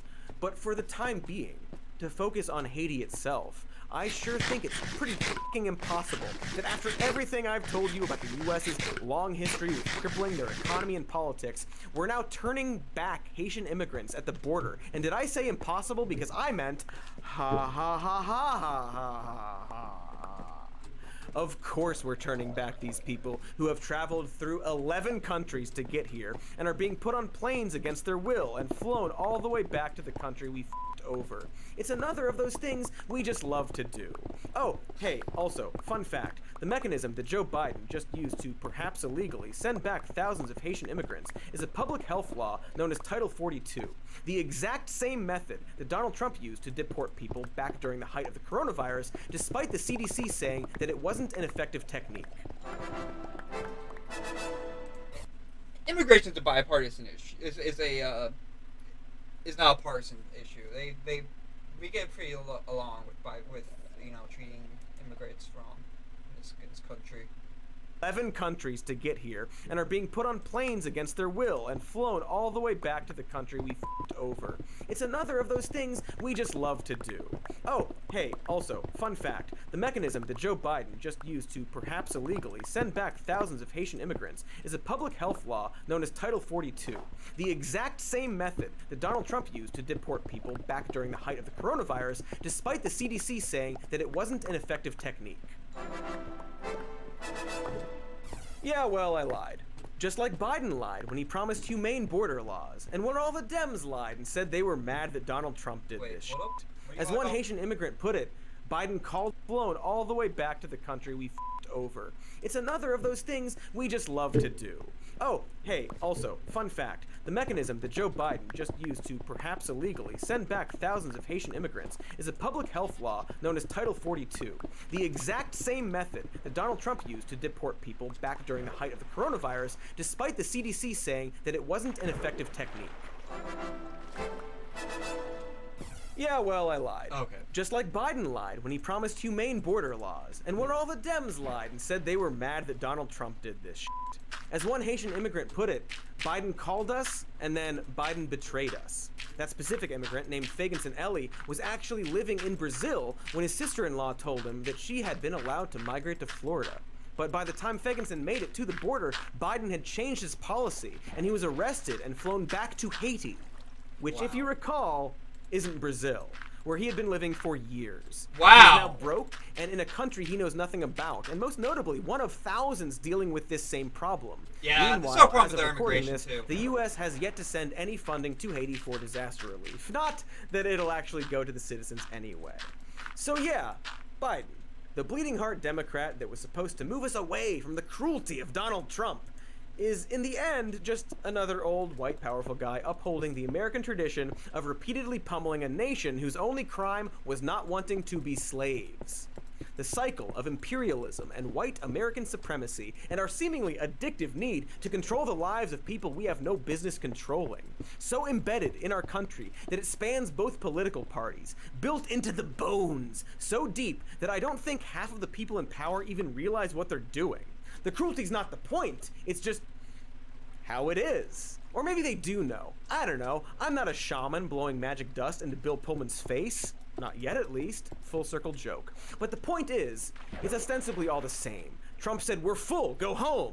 Kamala Harris says, "Do not come." Speaking of family planning, well, come joke for you. But here, we have the argument being, we're just too full. This enormous country with huge pockets of sparsely populated land, no vacancy. Ironically, a lot of that sparsely populated land that's too full for Haitian migrants is kind of... You blew up my storage.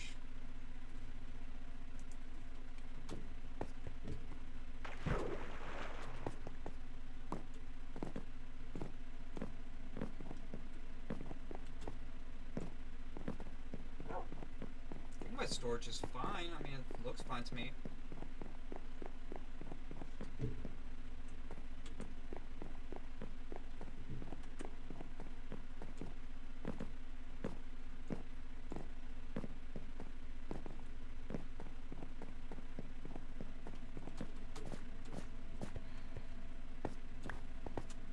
Heard like some breathing. Oh, that's what I heard.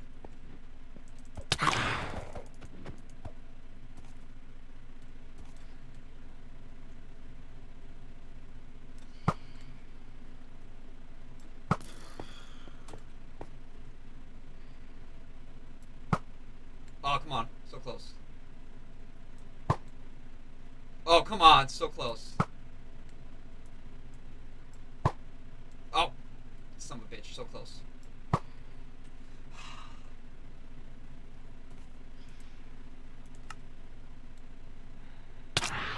Bitch. I was clipping something. Come here.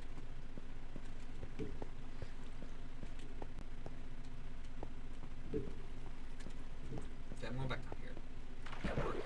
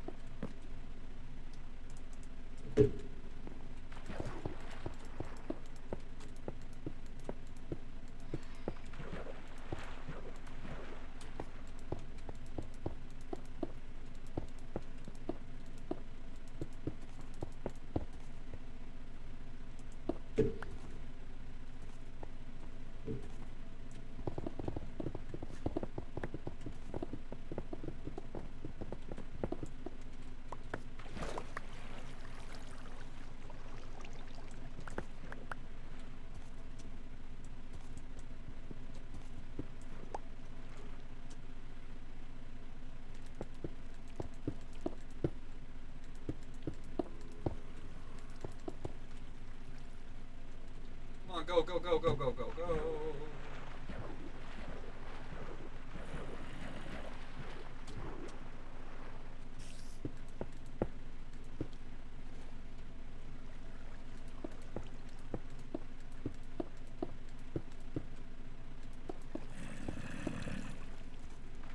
Hi. Kind of busy here right now. Can you give me like a second?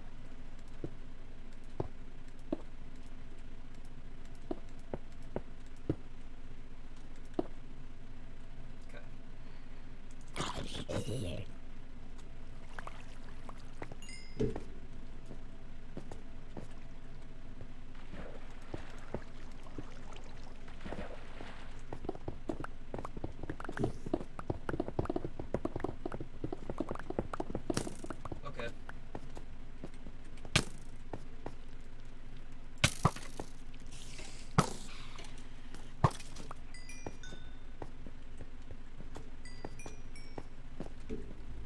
I know you'll probably contact me later, but I'll deal with you later. You're a later problem. Or I guess a now problem.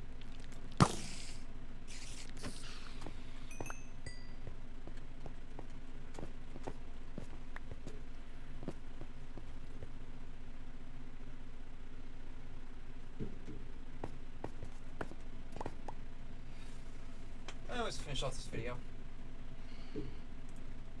Louisiana purchase-sized. Boom, full circle point. And listen, next episode will be more spooky, probably, maybe. I understand how brutal this one was. But also, kinda had to talk about it, right? So along with whatever monetary help we should, perhaps make it clear that we're not happy with this cycle. And like, point it out to people. This incredibly rigged game America is proudly atop of, and maybe France and those banks should pay Haiti back, like billions of dollars. And we should create a system holding these disaster relief groups accountable as that, business grows. Maybe we should have fewer businesses. Because we fucking plundered Haiti. A bunch of countries did, and we owe them way better than this. Better than the economic short straw we handed to them because a few hundred years ago, they happened to be a good spot to make sugar. Bam. Candy. It was a Halloween episode after all, Oh, wow. but not really. I need a nap. Depression is best.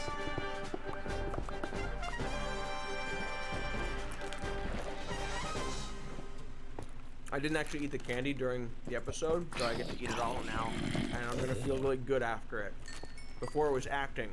But now, it's living! I'm living! Hi there. Finally! Too much candy corn. Hey, like and subscribe, you piece of shit! I'm sorry. Thanks for watching the video. Let's get some more Haiti stuff going.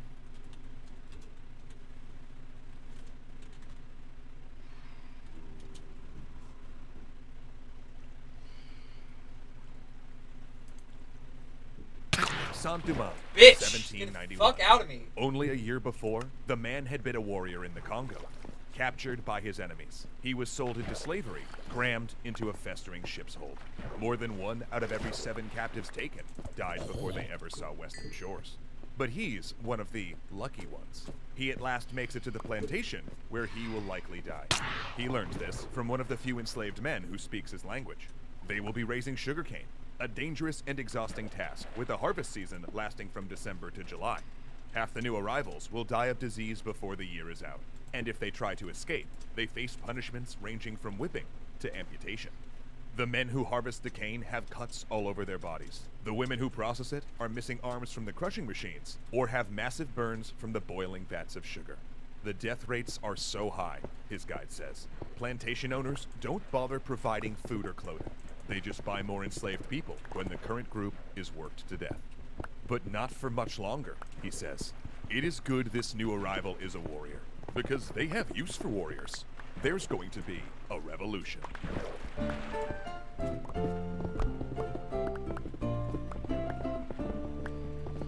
The Haitian Revolution is a unique event, both an offshoot of the French Revolution and an anti-colonial struggle. Haiti would become the second American nation to successfully win independence, and it remains, to this day, history's only example of enslaved people successfully rising up against their oppressors, an act that stunned the world and reshuffled the political order. From inspiring movements in other colonies to forcing Napoleon to sell Louisiana to the United States, its effect would be profound. But there is no good ending for the people that fought and died to create the world's first government led by liberated slaves. For the example of Haiti's revolution, including the violence of its rising, caused other nations to do everything they could to weaken the young government. Policies that, 200 years later, still impact Haiti and contribute to its current difficulties. But the roots of that instability were there from the beginning, because the economy of the French colony of Saint-Domingue, later known as Haiti, was largely devoted to a single plant. In Saint-Domingue, sugar was king.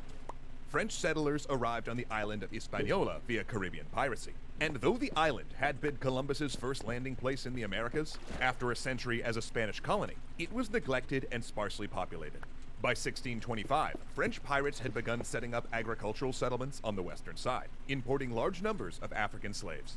By 1697, the division was official, splitting Hispaniola into the French Saint-Domingue in the west and the Spanish Santo Domingo in the east. And within 50 years, Saint-Domingue was a crucial part of the Atlantic trade. Because Saint-Domingue, as it turned out, was the ideal place to grow 3 products that Europe and its North American colonies couldn't get enough of.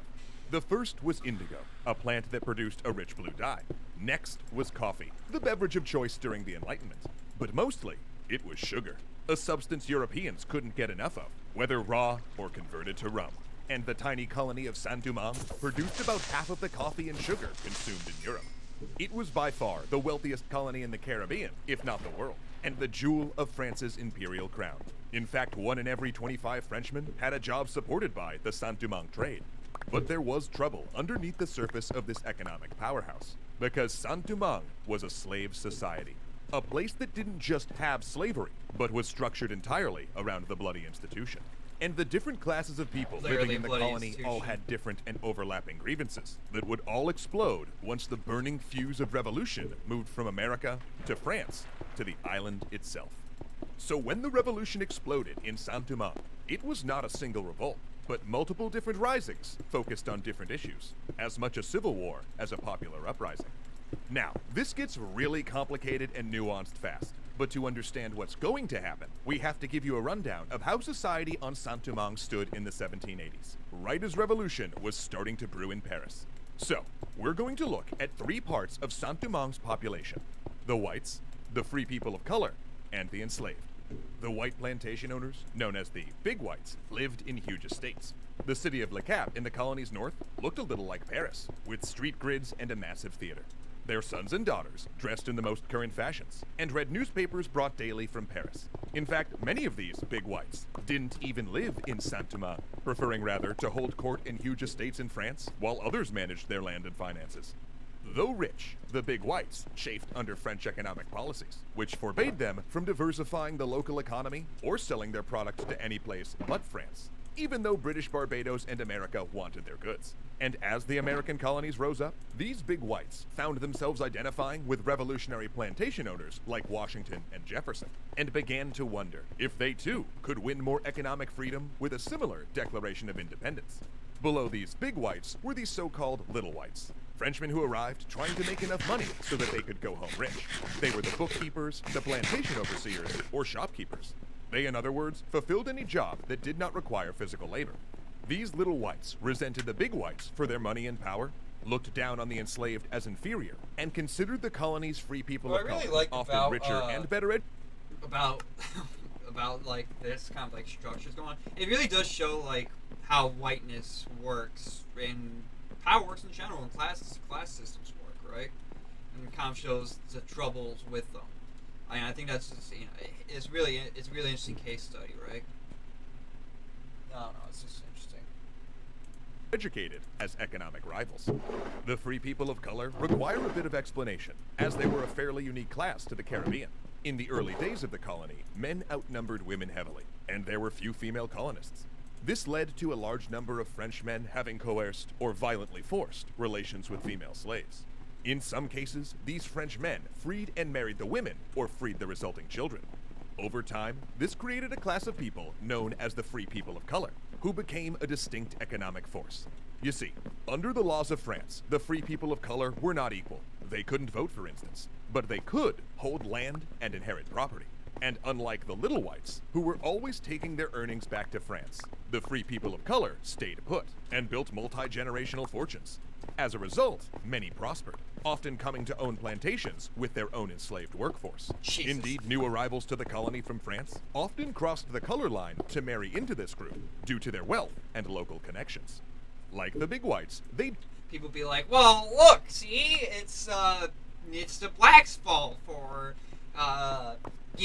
enslaving themselves. They're equally to blame, even though it's the system that they, had to be a part of to begin with, and it's multi-generational, and it's actually more of a result than the cause of colorism, I think is the right word, or I guess in better terms, the idea of whiteness, right? It's like, well, I am part white, I have this own distinct class, it's either participate in the system, and be, better off, have better standings, or, while still not showing any sympathy for your fellow humankind, and et cetera,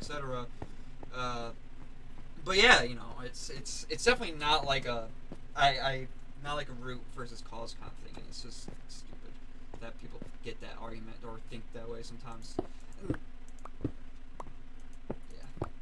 Yeah, that's all I'm gonna say. dressed in French fashion, or at least they did, until a series of racist apartheid laws, championed by the little whites and sweeping in after an aborted 1758 slave revolt, came into force. These new laws barred them from public office, disallowed wearing European-style clothes, and restricted where they could live. Official documents had to indicate that they were colored, since many of these people of color might only have one black grandparent and could easily pass for white. Jesus. And bizarre charts tracked blood quantum to figure out exactly how black someone was. Oh, With God. a fairer Reminds system me of, like, still those, within living I remember reading about this, but they had diagrams of what Jewish faces look like in Nazi Germany. Reminds me a lot of that.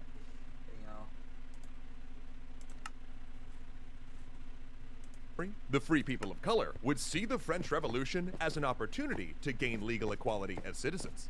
Though don't mistake that for abolitionism. They often saw themselves as separate from the recently arrived enslaved and opposed the idea of emancipation. And then there were the enslaved, a group that outnumbered all the other groups 10 to 1, and a population that died so fast due to disease, mistreatment, and the tortures of forced labor that a third of all enslaved people kidnapped from Africa went to Saint-Domingue. Recently arrived from different areas, they spoke a common French Creole and developed Vodou, a system of religious beliefs that melded African religious elements with Catholicism. And while any open resistance was put down with violent punishments, including being thrown into boiling sugar, eaten alive by insects, or blown up with gunpowder, the enslaved developed other methods of economic sabotage. In some cases, they might go on strike, disappearing until a particularly cruel overseer was fired. And groups of escaped slaves, known as Maroons, lived in the mountains, raiding plantations for supplies and carrying out guerrilla warfare. But there were also Hell yeah. more everyday forms of resistance. Slow work, faking illness, or pretending not to understand tasks. Tactics that proved so effective that the colony's white population were thoroughly convinced that the enslaved were stupid and lazy. An attitude that caused them to That might simply also underestimate the threat when That the might also be though because of the just the racist, like the racist perceptions that we're already having on black people as I say we as they were, 'cause, I don't think this at all, obviously, but as they might have already had some of these preconceived notions. Revolution came, and the battered enslaved turned their machetes to a different use. Because while there were divisions in class, even among the enslaved, they did have a unifying cause. They wanted freedom, and to put the plantations to the torch. Hell yeah. Special thanks to our educational tier patrons Ahmed Ziad Turk, Joseph Blaine, and Dominic Valenciano.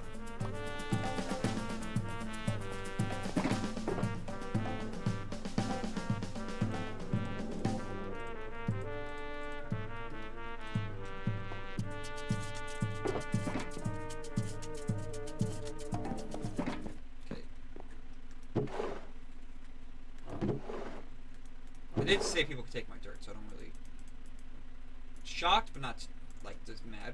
Just like wasn't expecting it.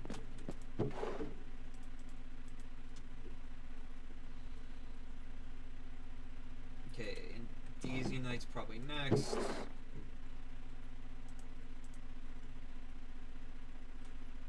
Graphic can be next.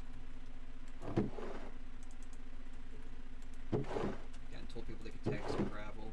Things people said they needed it. Granites, the diorites. Was that a perfect fit? Okay, cool. Granites. Okay.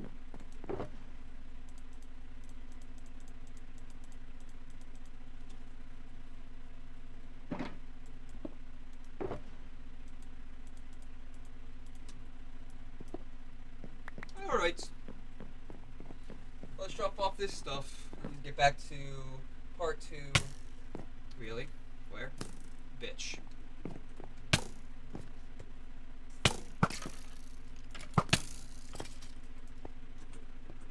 You son of a bitch. Okay.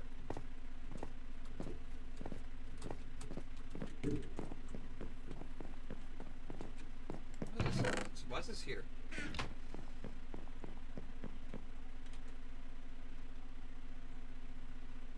Why am I up here? Okay.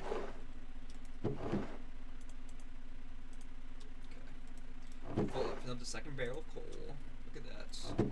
Look at that. Oh, I don't know why I'm moving up these ones. Okay. I can do this though. Put this iron back.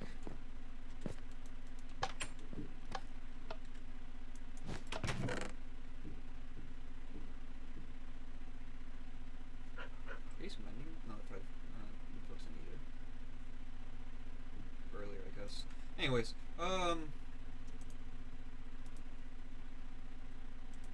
get this here. And I think the rest is can go downstairs with me. Also, where's this video at? Oh. Right. Oh my god. Paris, August 26th, 1789. The Revolutionary National Assembly in France takes the vote. At issue is a new document, drafted by Marquis de Lafayette, in consultation with his friend Thomas Jefferson. But in truth, many statesmen have given input to this Declaration of the Rights of Man and the Citizen.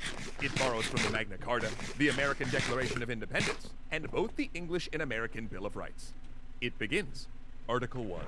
Men are born and remain free and in equal rights. Social distinctions can be founded only on the common good. Though they do not know it, These words will light a fuse that will burn all the way across the Atlantic and blow the slave society of Saint-Domingue to smithereens. Hell yeah. Hell yeah. It's very ironic, too, right? What they said, but it's still upholding slavery and imperialism through multiple means, yada yada. You know, this is kind of crazy. This is kind of crazy.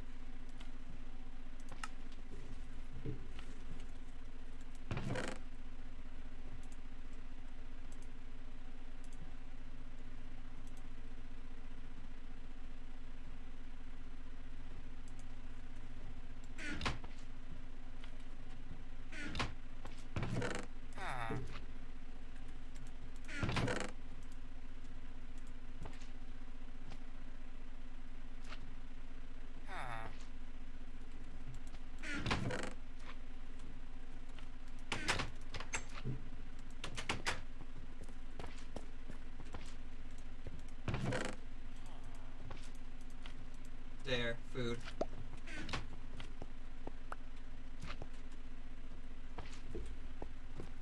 Okay.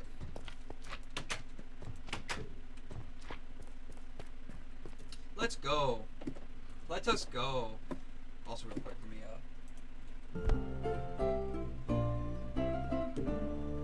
with my Like the American Revolution, slavery was always lurking under the table in revolutionary France. It did not go unnoticed that the revolution's rallying cry of liberty, equality, and fraternity was directly at odds with slave-owning society.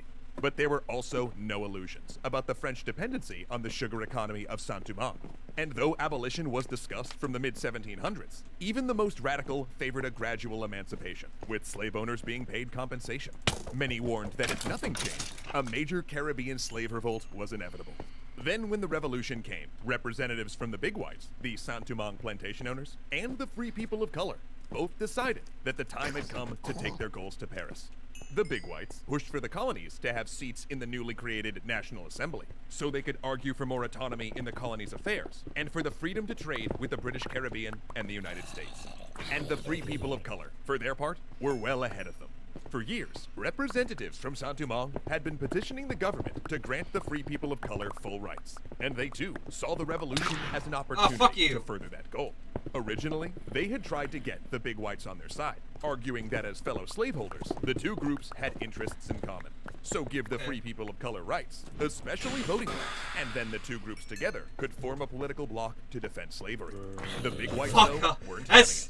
That is so messed up. To the colony's racial caste system. Look, So that is messed up, right? Like, oh man, like it's for one in general, it is really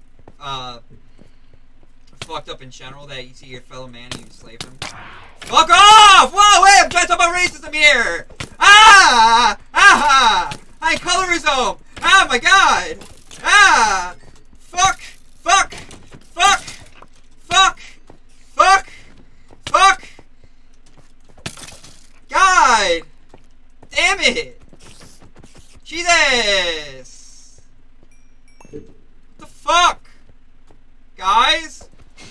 Not cool! I'm trying to talk about social issues! Fuck! Come here, I dare you. You guys just keep spawning, huh? That's fucking sweet. Okay. Anyways, yeah, it's. Oh god. Okay, so it's it's already fucked up that we're like so cruel to each other with slavery to begin with that we would see our fellow man and like and to make justifications too, and of course through that culture, people start actually believing this trash and. It's fucked up our society for the worse, where we still deal with racism today, and dealing with the fallout of the racism already done and the racism that still exists. It's a perpetual cycle. Okay, and but it's another thing too to like. It's another thing too to be to understand what that prejudice is like. Maybe not to the same extent as like the actual slaves, because they weren't enslaved, but they did experience like racism, just not to the same extent. So maybe that's how that kind of stuff happens. And again, it does show like, you know, it's a systemic problem that made the circumstances where you have less black people, more white people supporting the institution as well. I'm having trouble kind of finding my words because I'm trying to do shit to, like, live.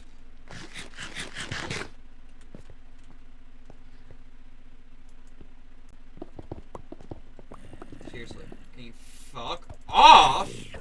I'm trying to also mine here. Mine diamond.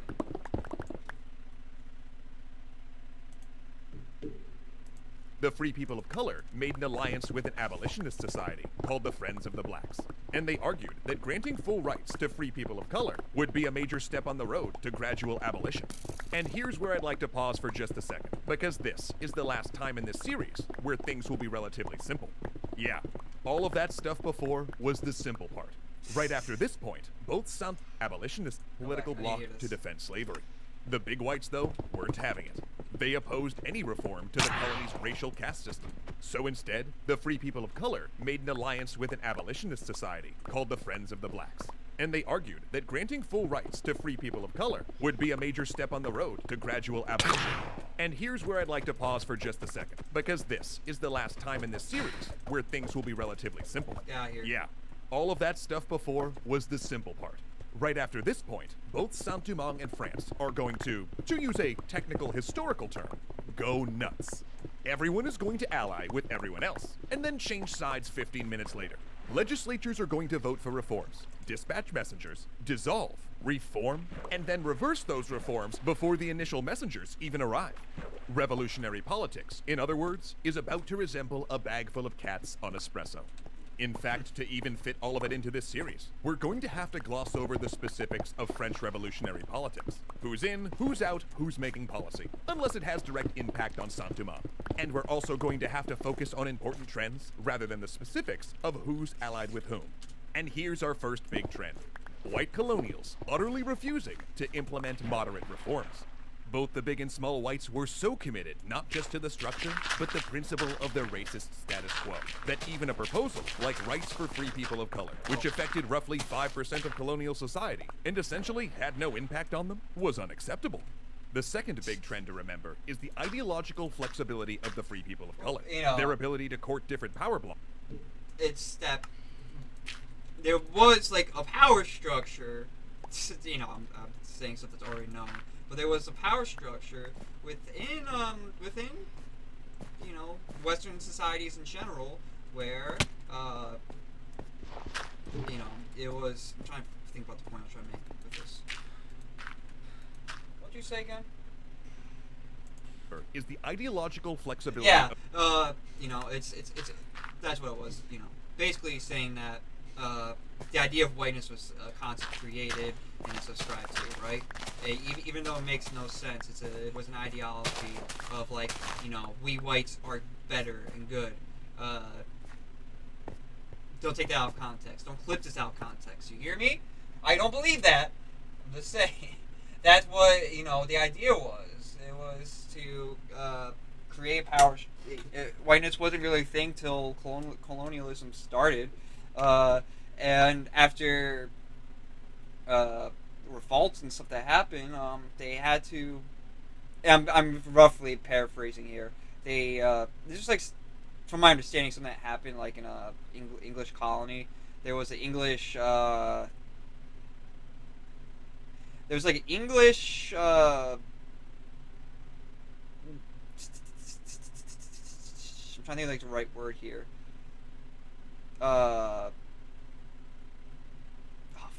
Governor, I guess? Let's just say governor. There was like a English governor of like some city, and there was like some big revolt that happened, and then so like, and again, I'm paraphrasing. I can be better informed on this stuff, but basically, so go find someone else to describe this to you. But basically, ADHD. Give me a second here. Basically because of this revolt, that's where I was going to get at. They made punishments a lot more severe against black people in that colony, and from my understanding, where something like this idea of whiteness started. Now, of course, there might be more to it. I'm trying to fool myself, but yeah, it's whiteness. It's funny, right? And then that's something I'm still dealing with today. Anyways, of the free people of color, their ability to court different power blocks, and their sense that they had little in common with the enslaved. Both these dynamics are going to come up again and again. The Declaration of the Rights of Man was almost perfectly calculated to tear Saint-Domingue apart. Depending on how you read it, it could be used to either argue full rights for the people of color as well as the abolition of slavery, or you could claim, as the white colonials did, that it didn't mention slavery at all. But the big whites knew how explosive this was. They sent word back to the colony to prevent word from spreading. It didn't work. Revolutionary politics was all anyone talked about at the dinner table. Meanwhile, the enslaved people, holding the trays and pouring the wine, started to understand that cracks were forming in the system of oppression that bound them. In 1790, Vincent Auger, one of the free people of color's strongest advocates, returned to Saint-Domingue, determined to cast a ballot in the new colonial elections. He believed that a piece of legislation passed earlier that year, giving all property owners a vote, made his case clear. He was a full citizen. When the governor refused, Auger sourced arms and staged an uprising. Now, the free people of color had long been the backbone of the colonial militia, an arduous and expensive duty many whites avoided. Some had even fought in the American Revolution, so drawing on this experience, Auger's force initially routed the local militias. But their success was short-lived. He only had 300 men, and a counterattack by regular troops sent him fleeing across the border into Spanish Santo Domingo. He was extradited, tried, and broken on the wheel. But Auger's example inspired other revolts, not just among free people of color, but also isolated slave uprisings. The big whites refused to compromise, even though the rebels were not even demanding full emancipation. They wanted their leaders freed, an extra day off per week, and the abolition of whipping. Meanwhile, in France, Auger's death provided the Friends of the Blacks with new ammunition in the National Assembly. Here was a true revolutionary, martyred in pursuit of the vote. As the political winds shifted, the big whites still refused to make concessions, even forcing the assembly to refer to the enslaved using the euphemism unfree persons. These hardline tactics backfired. Support for the free people of color, even emancipation, was increasingly held up as a test of a member's revolutionary ideals. And on May 15th, the National Assembly declared that free men of color, born to free parents, could both vote and be seated in assemblies. The big whites responded by going home and starting their own revolt. Wait, what? In June, Big Assembly declared that free persons. These hardline tactics backfired. Sessions, National Assembly, whipping. Meanwhile, in France, Okay, so this Auger's was in death France when this provided happened. the Friends of the Blacks with new ammunition in the National Assembly. Here was a true revolutionary, martyred in pursuit of the vote. As the political winds shifted, the big whites still refused to make concessions, even forcing the assembly to refer to the enslaved using the euphemism unfree persons. These hardline tactics backfired. Support for the free people of color, even emancipation, was increasingly held up as a test of a member's revolutionary ideals. Yeah, And on exactly. May 15th, the National Assembly thinkers. declared that free men of color, born to free parents, could both vote and be seated in assemblies. The big whites responded by going home and starting their own revolt. In June, big and small whites organized militias, and by July, they were seizing power centers, coming into violent conflict with government authorities, and organizing all-white assemblies that issued decrees that all but declared themselves independent. They essentially decided that if they were to preserve white supremacy, they must govern themselves. That summer, the colonial whites fought government Goddamn. forces, and then they fought militias Huh. formed by the free Where's people of that color. sound familiar? Huh. Man, some words about state rights, though. I'm not talking about that. What do you mean?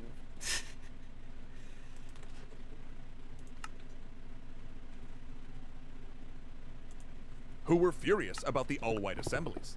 Then, the colonial whites, along with government troops, engaged scattered slave uprisings. And in all of that internecine conflict, they were unable to see what was coming, because the long fuse of revolution was about to hit the powder keg. Now, One issue with studying the Haitian Revolution is that the enslaved, the faction that would eventually win, were largely illiterate and left few records. So, piecing together the specifics of the uprising, particularly its clandestine origins, takes a bit of detective work. What we do know is there had to have been months, if not years, of preparation. Likely those enslaved in houses, largely born in the colony and French-speaking, overheard conversations about the revolution and carried the news to others. Enslaved drivers and overseers, those with leadership roles, started organizing squads. In fact, the predominance of carriage drivers in revolutionary leadership suggests that they performed a major communication and intelligence role, passing messages between plantations. Then, the night came. August 14th, 1791. Duddy Bookman, voodoo priest, carriage driver, and rebel leader, holds a meeting at night on an open plain. Fires burn bright. A tropical storm rages in the distance. A good omen. Religious ceremonies like this are permitted on most plantations and considered a healthy release valve, keeping insurrection at bay. Ironically, however, this summer, the enslaved have done the exact opposite, using the unsupervised gatherings to plan an uprising. And voodoo is the perfect medium of exchange, containing elements of various West African religions. It's one of the few cultural overlaps that the enslaved have, no matter where they were captured. But this meeting is an emergency. A cell has triggered the uprising early, and upon capture, confessed everything. The plantation owners, thankfully, had not believed that the enslaved could organize on the level their captives described. According to tradition, bookmen and several priestesses Who's the dummies extracted now? oaths and drank animal blood to seal a pact with the goddess of love. They swear to free themselves and free the land. Then they take up their cane knives and steady their souls. Hell yeah. Special thanks to our educational tier patrons Ahmed Ziad Turk, Joseph Blaine, and Dominic Valenciano.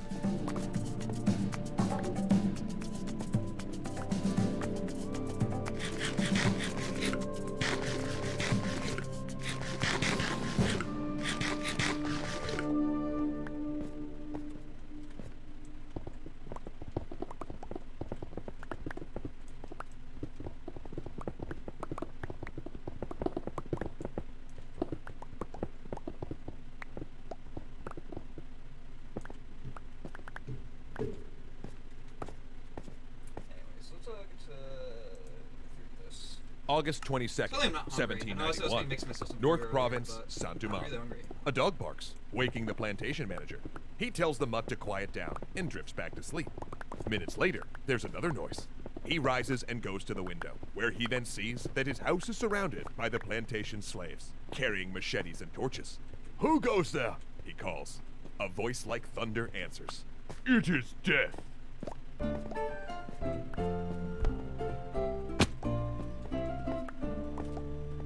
Across the north, the cane fields burned so fierce that the smoke could be seen in Le Cap. The revolt had come with such precise timing and explosive force that it stunned the plantation owners and the French authorities. Indeed, it was so well planned that most of the various factions in Saint-Domingue thought that the enslaved couldn't possibly be the ringleaders, and they openly accused each other. White militias attacked and killed several free people of color, who they accused of masterminding the rebellion as revenge for the death of Auger. Plantation owners besieged the royal governor with requests for protection and ultimately accused him of intentionally letting the rebellion continue. The free people of color often said that it was actually the big whites who'd whipped up the rising as a way to take control of the colony. The irony, of course, was that all of these groups were pro-slavery, and if they had set their differences aside, they may have successfully repressed the uprising. But instead, the plantations burned. Rebel militias moved from plantation to plantation, liberating the enslaved and burning every physical representation of their oppression. Cane fields, coffee plants, mills, and refineries. This also meant violence against the people who had oppressed them, and there were a number of overseers and plantation owners killed in retribution for centuries of oppression. Gangs of women found the plantation overseers who had coerced or assaulted them, beating their tormentors unconscious. Yeah! But this rebellion Fuck yeah. was not indiscriminate. Most often, the rebels attacking a plantation had worked there, and it was common for men or women to step in and save an overseer thought to be a fair man, or to smuggle out women and children. In fact, the scene that started this episode comes from the first-hand Whoa! account of the Fuck rebellion. off. And the reason that overseer lived to tell his story was that one of the rebels, a man who had been enslaved on that very plantation, stepped forward to demand the overseer's safety. Who was that man? Duddy Bookman, who had triggered the rising with his ceremony. Propagandistic descriptions of the rising, sent back to France, claimed that thousands of white men, women, and children were killed in the initial rebellion. While this image is stuck, it's inaccurate. A commission at the time counted 400 whites dead in the first 4 months, including those killed trying to put down the uprising. The toll on the rebels ran much higher. Most of them were armed with only machetes and agricultural tools. Only 1 in 5 had a firearm. But they did have other advantages. Many had been sold into slavery as prisoners of war. Veterans of tribal conflicts who were adept at guerrilla warfare. Their raids, heralded with the blast of a conch shell, became infamous among their enemies. Even professional soldiers marveled at the rebels' bravery in the face of the superior firepower. Due to a belief that the spirits of those killed returned to Africa, they attacked with a relentless courage, literally throwing themselves on cannons, jamming their arms into barrels and wheel spokes so the guns could not be reloaded or withdrawn. They suffered terrible That's actually casualties pretty in badass. pitched battles. 4,000 died in the August Rising alone, roughly 10 for every enemy killed. But they didn't lose morale. They did, however, start losing commanders. Bookman was killed in early November. Infighting claimed others. And as the first set of leaders fell and factions splintered, the violence grew worse. All sides committed massacres. To approach Le Cap, one of the richest cities in the colony, meant passing a wall of heads on stakes, including that of Bookman. But amidst the swelling chaos, new leaders rose. In the western province, near the city of Port-au-Prince, a separate uprising was happening among the free people of color. There, they managed to sign a treaty with many rural plantation owners, recognizing their shared interests as property and slave owners. They dismissed their all-white governments and installed representatives of both groups instead. After all, the National Assembly had made them free citizens with the May 15th decree. They were only good revolutionary patriots following the law. Those big and small whites in Le Cap had made them slave owners. They dismissed their all-white color. There, they managed to sign a treaty with many rural plantation owners, recognizing their shared interests as property and slave owners. They dismissed their all-white governments and installed representatives of both groups instead. After all, the National Assembly had made them free Port-au-Prince, heads on stakes, including that of Bookman. But amidst the swelling chaos, new leaders rose. In the western province, near the city of Port-au-Prince, a separate uprising was happening among the free people of color. There, they managed to sign a treaty with many rural plantation owners, recognizing their shared interests as property and slave owners. They dismissed their all-white governments and installed representatives of both groups instead. After all, the National Assembly had made them free citizens with the May 15th decree. They were only good revolutionary patriots following the law. Those big and small whites in Le Cap and Port-au-Prince, they were the counter-revolutionary royalist traitors talking about, including that of Bookman. But amidst the swelling chaos, new leaders rose. In the western province, near the city of Port-au-Prince, a separate uprising was happening among the free people of color. There, they managed to sign a treaty with many rural plantation owners, recognizing their shared interests as property and slave owners. They dismissed their all-white governments and installed representatives of both groups instead. After all, the National Assembly had made them free citizens with the May 15th decree. They were only good revolutionary patriots following the law. Those big and small whites in Le Cap and Port-au-Prince, they were the counter-revolutionary royalist traitors talking about independence. Except then a messenger came with the news that there had been a change in power, and the National Assembly had changed its mind. The May 15th decree, making a small number of free people of color full citizens, had been repealed. The plantation owners' rebellion had made the assembly gun-shy, worried that they'd upset an economy that was helped propping up French finances. This alliance with the whites was not to last. In November, after a long siege, the army of the free people of color finally entered the provincial capital of Port-au-Prince. Once inside, though, the treaty broke down, as a personal brawl between one of the little whites and a free man of color descended into street fighting that burned 27 square blocks of the city. The alliance was dead. This same thing will happen basically every time the whites and the free people of color try to form an alliance. Everything will be agreed between the plantation-owning big whites and the free people of color, and then the small whites will come along and muck it up. And this is when one of the key figures of the revolution emerged, a free black man named Toussaint Louverture. Louverture's background, including any early involvement in the uprisings, is a bit mysterious. He was born in slavery, but gained freedom long before 1791, staying to help manage the plantation where his family was still enslaved. He was also unusual in that he had no white ancestry, like most free people of color, and owned no property. Perhaps this fact, the sense that he was of two worlds, was why he was chosen to broker peace between the big whites and the black rebels in the northern province. Because you see, by late November, it was a stalemate. The rebel army held much of the countryside, but the whites and government forces controlled the cities. In addition, a commission had just arrived from France with news that the country had a new constitution, one that granted amnesty for actions committed during the initial revolution. Louverture helped the rebel generals create terms, then carried them to the big whites, and get this, here are the terms that the generals of the rebellion offered.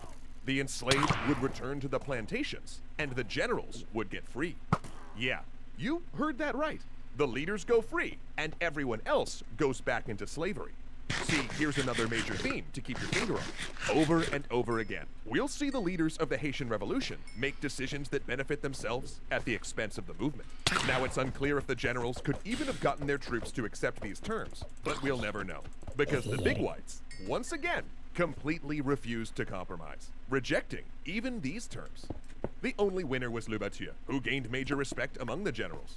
In fact, he was soon one of them, a fellow general in the rebellion. And like many of the other generals, both of the rebels and the free people of color, he settled into living in a large house, giving orders in the little jigsaw piece of the north he controlled. And that's when Louverture began showing himself to be an exceptionally able statesman. On the battlefield, he brought an organization and discipline to his forces that was previously missing in the rebel armies. And his political talents, too, were exceptional. He was excellent at striking compromise, bringing opposing sides together, and finding a situation all could live with. While the fighting was at a low ebb and in control of the countryside, the rebels went about creating a black society, with black leaders, courts, and administrations. Which is incredible when you think that they had just been enslaved months before.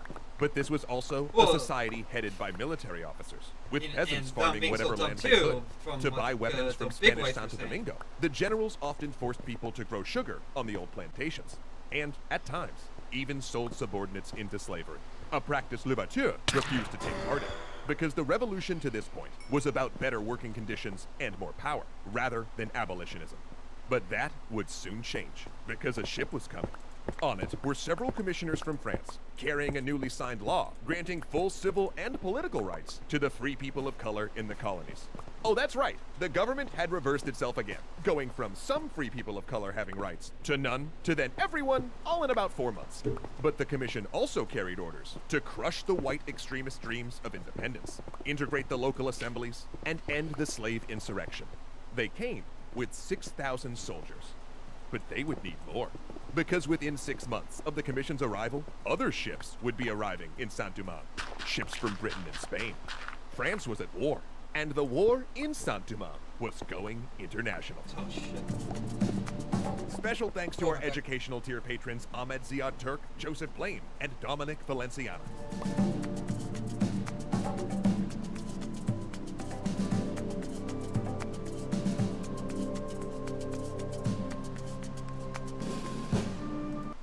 Paris, Saint-Domingue. Oh, wait. Okay. Oh, there we go. Saint-Domingue, September 1792. 2 men arrive from France. They're here to address the question of rights for the free people of color. It is the second commission, the first group having carried a completely different message. But this group makes their intentions clear when they land. They're here to ensure the free people of color receive full rights, as French law now requires. They will radically integrate the assemblies, and they've brought 6,000 troops to make sure that everyone, rebellious slaves and big whites alike, stay in line.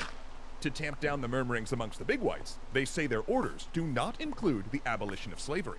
They're here to save slavery, they say, not end it. That's cool. But end it is exactly what this second commission will end up doing. And their 6,000 troops, they'll not nearly be enough.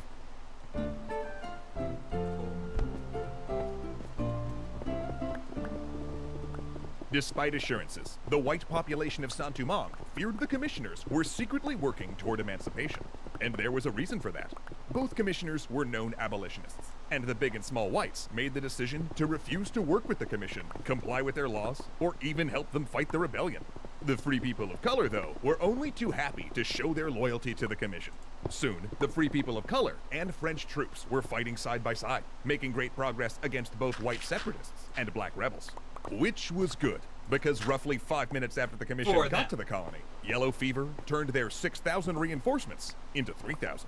But this alliance only deepened suspicions that the commissioners meant to end slavery, suspicions that boiled over when the commission issued a decree that they were reinstituting the long-ignored Code Noir, a set of regulations governing the treatment of the enslaved, from providing proper food, clothing, and housing, to opening channels the enslaved could use to report abuse. This was the last straw for the big whites. They had already been buddying up to the new governor, a pro-slavery plantation owner like them, and soon he was insulting the commission and threatening to counteract their decrees. So, the commissioners, deciding that this constituted rebellion, marched into Le Cap and imprisoned the governor. Oh, damn! Except he escaped, and all hell broke loose. Oh, damn. The governor rallied his troops and attacked Le Cap, where the commissioners and soldiers were now based, besieging and taking the city. But during the fight, fires ignited the colonial port, burning down most of the city's grand Paris-style buildings, operas, and boulevards.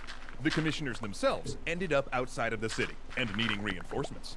Worse still, both Spain and Britain had declared war on France. So the Spanish got busy sponsoring and fighting alongside rebels like Toussaint Louverture, while word was a British force was already on the way. The commission needed troops fast.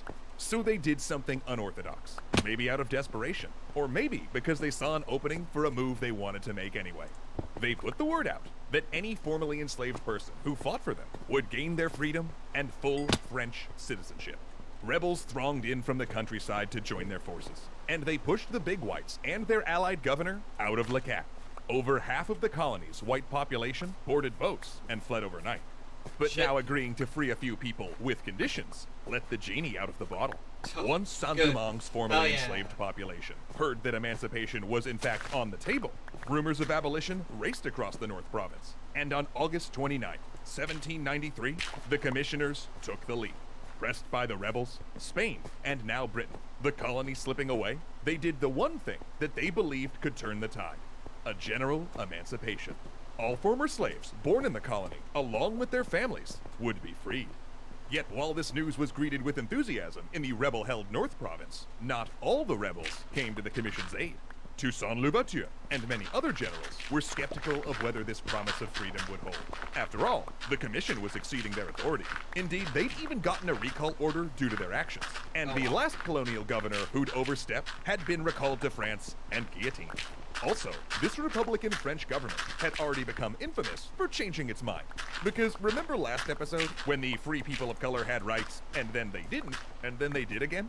Yeah, well, the rebels remembered that too. Not to mention previous trades of freedom for military service had also gone badly. And Louverture, along with these other generals, had a more consistent ally, a rival power, who owned the western half of the island: Spain. In fact, though Spanish troops had only crossed the border recently, Spain had covertly supported the slave rebellion since its earliest days. But now with open war declared, Louverture's forces were receiving arms, ammunition, and even uniforms from the Spanish. And that alliance with Spain did seem more suited to Louverture. After all, Spain had not promised them liberation. It offered to recognize that the enslaved had liberated themselves. Hey! Spanish political policies, too, lined up with the rebels. Because most of the rebels were royalists, who, due to incorrect rumors, believed King Louis was pro-emancipation. They disliked revolutionary ideals and symbols, mostly because their enemies, the small whites and the free people of color, had enthusiastically adopted them. Not to mention, Republican France was making moves on religion, suppressing the Catholic Church and replacing it with their own secular variant. And most of the rebels found that deeply offensive. Yeah, that's a wild story, actually, and we'll get to it, one day. But there were also cracks forming in this Spanish alliance as well. First of all, the war in Europe had turned, and Republican France suddenly looked like it might win. Second, the big whites who'd evacuated to Barbados had convinced the British to invade, under the specific promise of restoring slavery and racial apartheid. Wherever the Royal Navy landed ships and took ports, they put everyone right back in bondage. So technically, this alliance with the Spanish put the rebels on the same side as the British-aligned plantation owners. And Louverture knew this was not sustainable. See, he had advantages that other rebel generals did not. Louverture was literate, had briefly owned a farm with slaves, and he had been in plantation management. This meant that not only could he keep up correspondence with allies, but he had also long practiced navigating white society. Now sure, the Spanish had other rebel allies, but Louverture kept up a lively correspondence. And actually not just with his allies, but with his French enemies as well. barrels. This would become a hallmark of Louverture's strategy. A savvy politician, he would always seek favor from all sides, and his vision of the colony always consisted of integrating the island's black, white, and free people of colored population into a single society. But he was not naive. He knew that the freedom the Spanish were promising was at odds with the revived slave system the British were offering the big whites, and he saw Spain's commitment to racial equality wavering. As both news and the rhetoric of abolition crept across Saint-Domingue, both his political ideas about general emancipation and his political calculus began to shift, because the revolution was beginning to craft its end goal, a thing that had been nebulous and confused up to this point: the complete abolition of slavery. Also, the French were eager for Louverture to defect. Despite having no military experience before the rebellion, he had blossomed into one of the most able commanders of the conflict. When he captured European officers, he treated them well and had them instruct his men. He ensured they operated like a modern military, but also kept one foot in the guerrilla tactics that had served the rebellion so well. And he had the most important strategic position in the colony, garrisoning a line of forts that separated the rebel-held North Province from the French-held South and West. He had effectively split the French force, the commissioners in the north and the free colored troops in the south. Then, something incredible happened. In February of 1794, representatives of the colony spoke before the National Convention on the issue of slavery. Oh, that's It was a tricolor commission, consisting of one of the big whites, a free black army officer, and a free person of color. They argued that emancipation was the only way to keep control of the vital economic engine of Saint-Domingue. Not to mention, it was also the purest expression of Republican principles. They got more than a color commission, consisting of one of the big whites, a free black army officer, and a free person of color. They argued that emancipation was the only way to keep control of the vital economic engine of Saint-Domingue. Not to mention, it was also the purest expression of Republican principles. They got more than they bargained for. Not only did the National Convention end slavery in Saint-Domingue, they ended slavery in all French colonies. Moreover, they declared that all men living in France and its possessions, regardless of the color of their skin, were full citizens and protected by the Constitution. Upon hearing that the French had actually fulfilled their promise of emancipation, Louverture ditched his Spanish allies and switched sides. He now had the largest and most professional force in the colony, allies that aligned with his political goals, a strategic position to fight both the Spanish and British, and the backing of a major power. By 1795, Spain was knocked out of the war, ceding their side of the island to France. British troops were dying in droves of yellow fever, with 30,000 more on the way to help end the war. Yet it would do no good. The time of the European powers in Haiti was waning, and the rebel generals would instead turn on each other. For the war of muskets and uniforms was over, and the war of knives had begun. Special thanks to our educational tier patrons Ahmed Ziad Turk, Joseph Blaine, and Dominic Valenciana.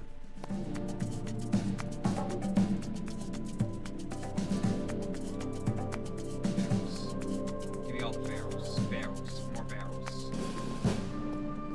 Okay, let's put some of this stuff back.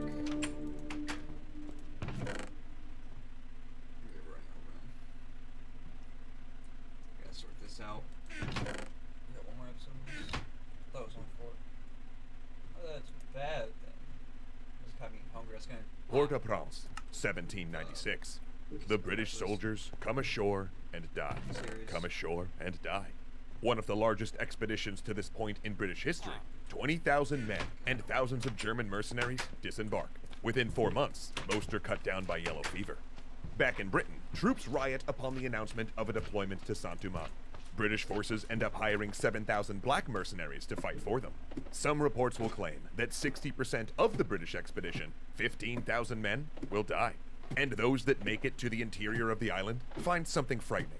The troops of Brigadier General Toussaint Louverture and his ally André Rigaud fighting like professional soldiers. They do, after all, have years of combat experience. But soon, instead of fighting the British, they will fight each other.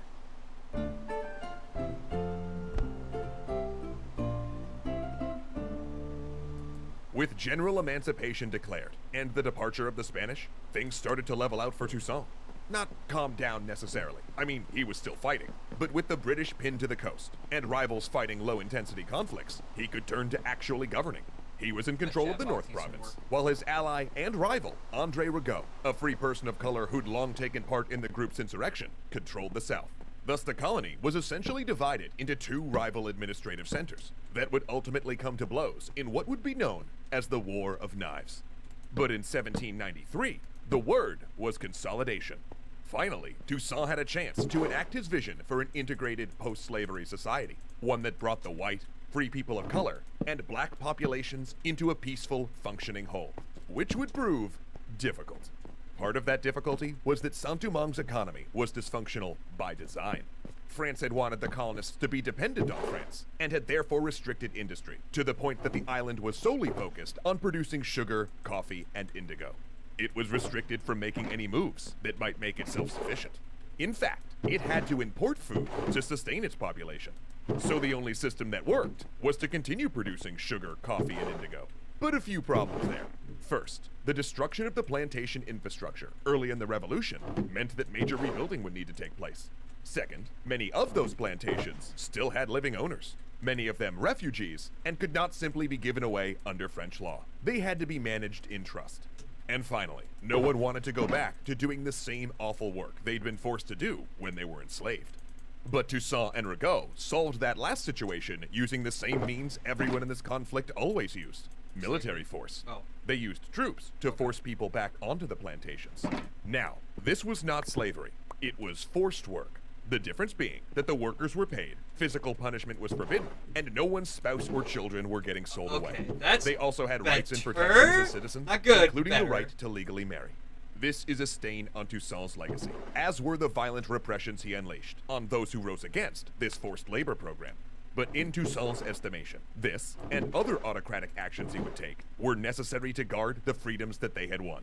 He knew that Saint-Domingue, fairly or not, would be seen as a test case for abolitionism, and what happened there would send a message across the world about whether freed slaves could not only be integrated into a wider society, but could build and sustain their own government. If Saint-Domingue collapsed, not only might slavery return, in fact there were big whites in Paris advocating for just that, but opponents would draw the conclusion that abolition had been a mistake, and such a determination would have global consequences. And Toussaint increasingly believed he was the only one that could secure the revolution and the freedoms they'd won. As he fought the British, his power growing, he began to edge out political rivals, even allies. When one longtime rival rebelled and captured the colony's governor, accusing him of trying to reinstate slavery, Toussaint rescued the man and got named lieutenant governor for the service. During the election for the colony's representatives in France, Toussaint steered his rival to victory, so that then they would be forced to live in France, far from his developing power center. He would get himself declared Governor General shortly afterward. And in 1798, he started conducting his own diplomacy. He concluded a secret peace with the British, where they would withdraw their troops and naval blockade from Saint-Domingue in exchange for the return of French royalists and a promise that Toussaint would not export the uprising to Barbados. That concluded, he sent a representative to the United States, striking a deal with John Adams so the undeclared naval war between the US and France would not affect trade with Saint-Domingue. Because you see, another running theme to think about, and you're keeping track of all of these, right, was that Saint-Domingue was always a piece in a larger game.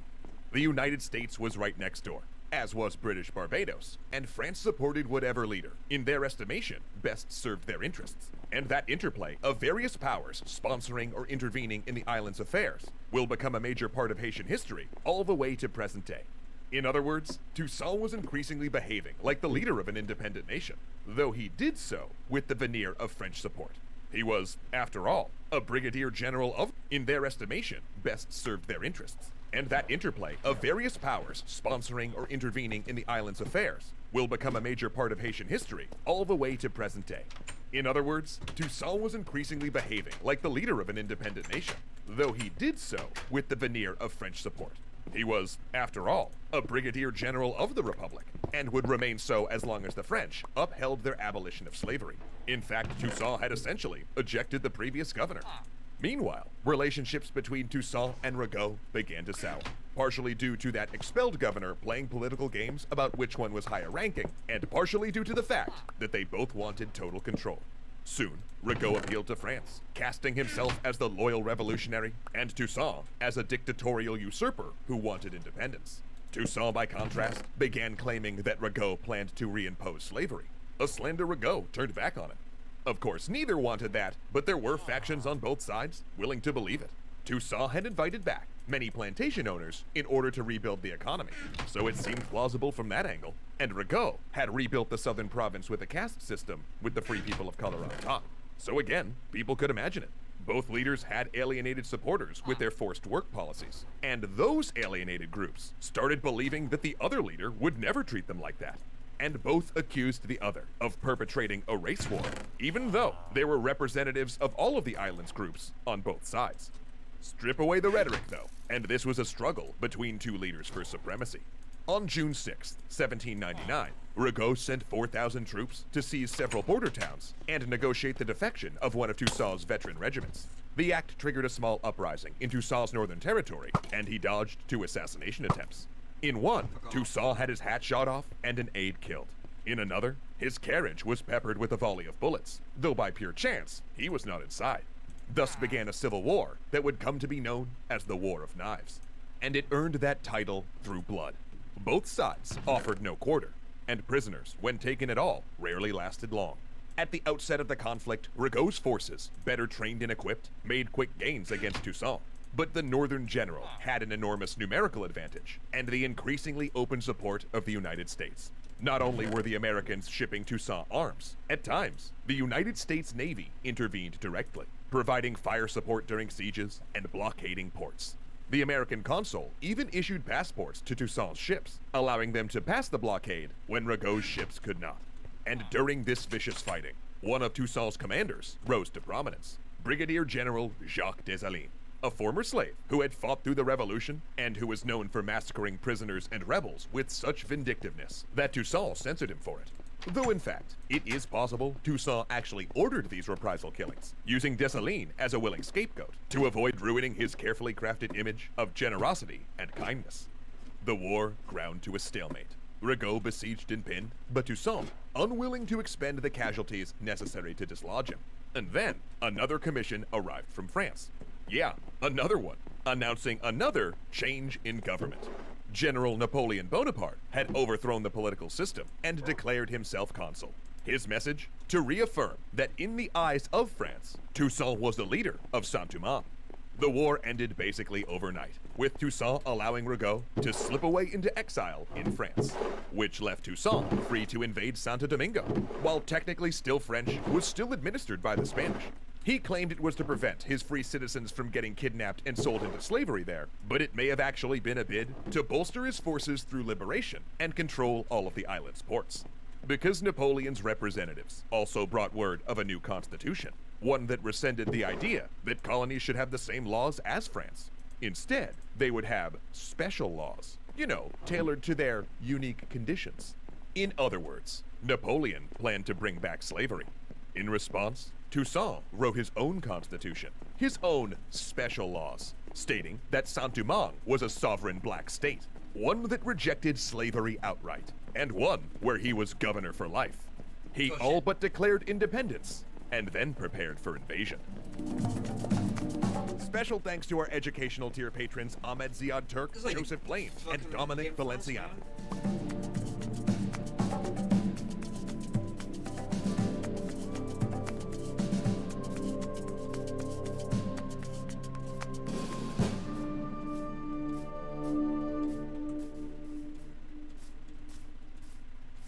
I use some of my XP to repair the weapons, the tool stuff. I'm running low on things in general. Like diamonds in general, I mean. I think this is the last. January 1802, Le Cap. In the series. Good series. 20,000 French soldiers arrive off the coast of Saint-Ouen. Oh, it's been a while. For months, Toussaint Louverture has sent letters to Napoleon, telling him that the only way for Saint-Ouen to stay a part of France is home rule, a system where slavery can never return.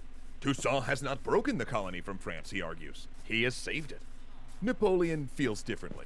He has sent this force under the command of his brother-in-law, Charles Leclerc, with orders to subjugate the island and arrest Toussaint, because he fundamentally believes Toussaint's government should not exist. My decision to destroy the authority of the blacks in Saint-Ouen, Napoleon said, is not so much based on consideration of commerce and money, as on the need to block forever the march of blacks in the world. shit. in that endeavor, it will Racist fail. motherfucker.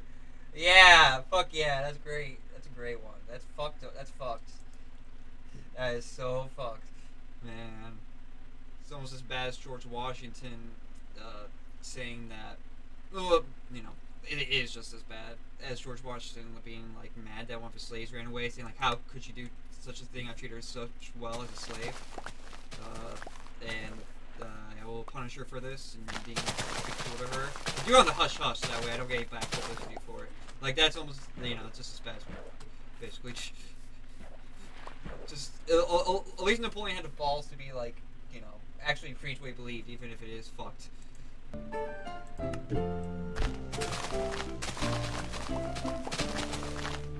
Toussaint Louverture's Constitution of 1801 was a landmark in world history.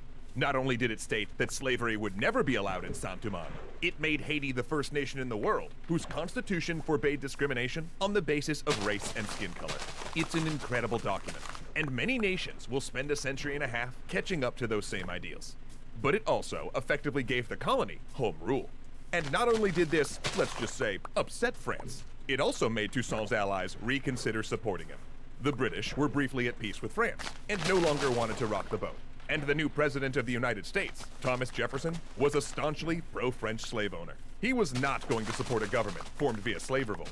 In fact, both nations were so concerned that the revolution might spread to their own slave systems that they began turning away refugees that might even carry news of it. There was an idea developing that this troublesome island that had proven slave insurrection could not only win, but then fight off incursions by multiple European armies Hell yeah. would set a bad precedent if it succeeded. Besides, the country's sugar infrastructure had been so damaged by the years of fighting that the main economic argument that independence was good for foreign trade no longer held water. 15% of Saint-Domingue's workforce had left the plantations to join rebel or foreign armies. Factory workers in cities had been repeatedly damaged. And then Leclerc arrived. Originally, his orders were to negotiate a peaceful solution, but that went out the window when one of his commanders attacked a fort due to a miscommunication. Now it was war.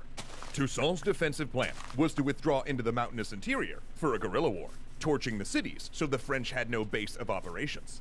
Experience taught him that these new arrivals would suffer badly from disease, and that would be his advantage.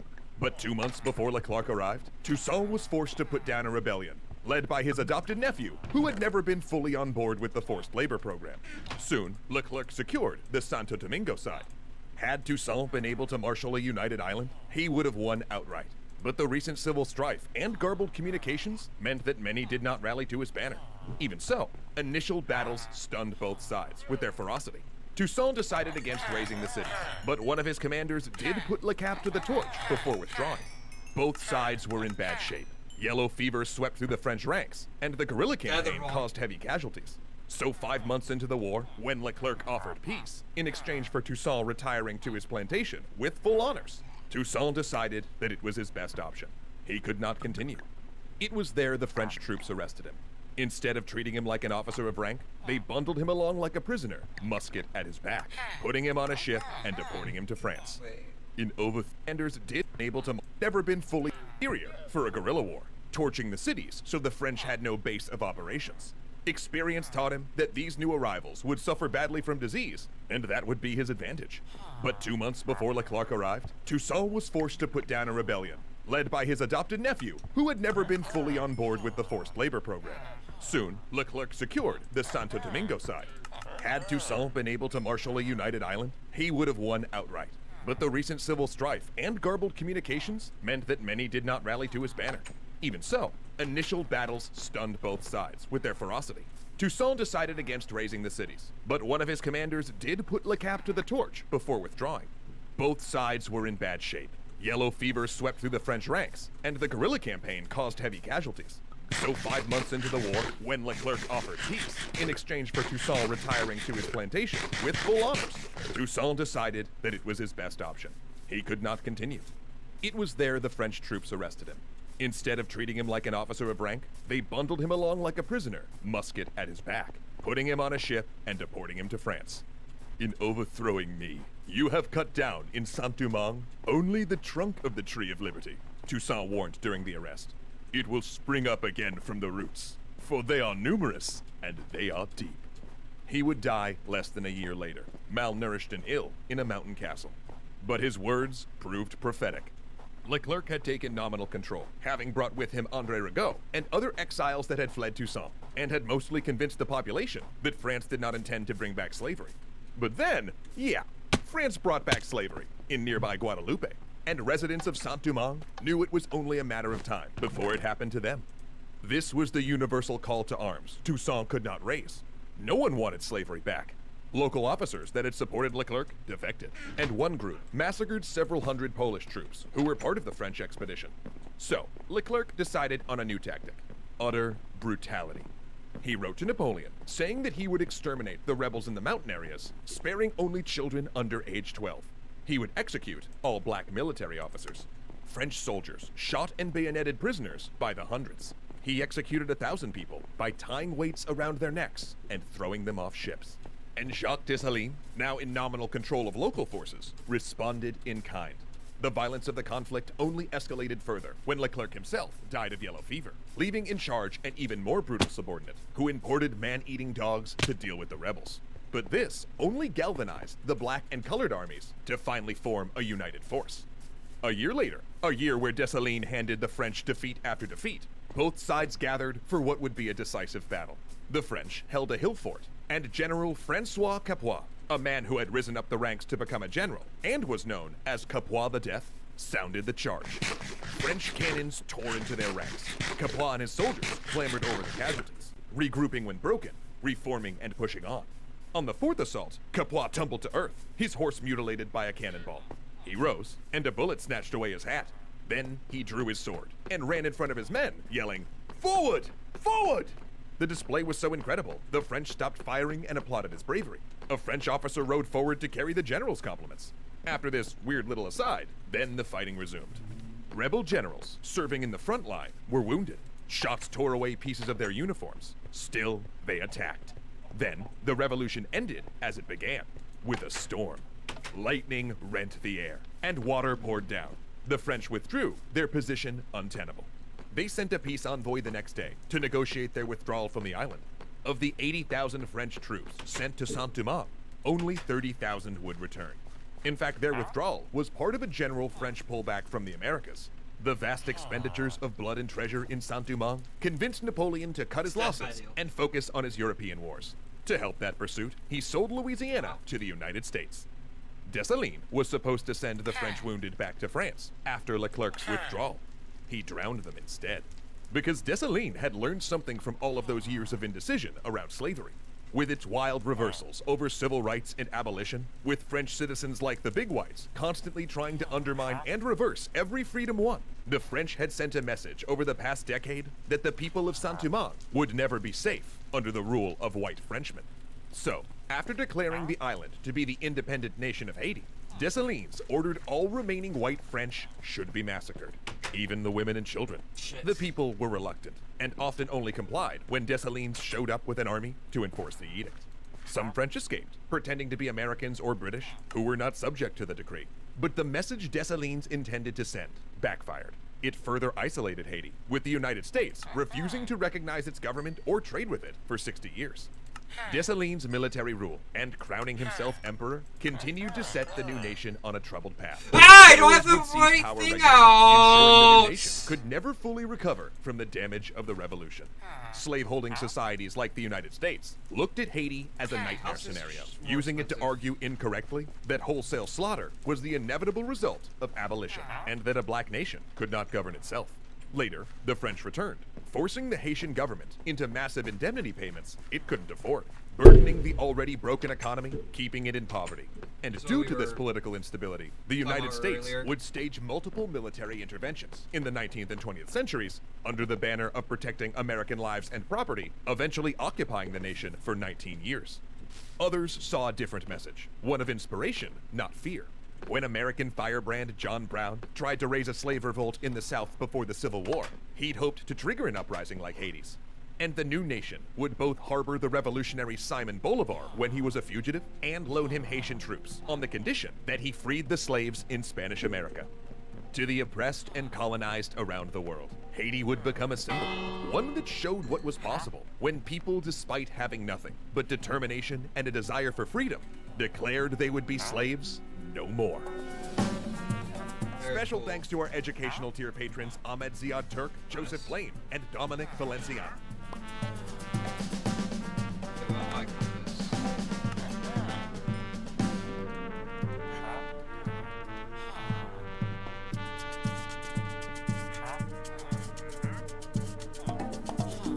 Quite five more lanterns. What do you have?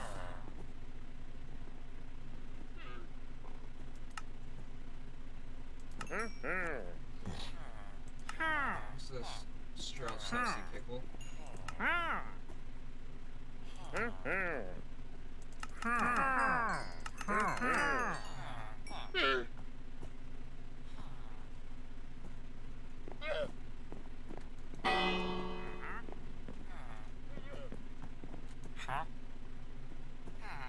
That's what everyone else has. I think I might take some class, but or lanterns don't seem to be probably the best one. What was Form 1? Last Form 1 too. You have other stuff I can maybe use, like glowstone or bottles of enchanting. I'll take bottles of enchanting. Fuck.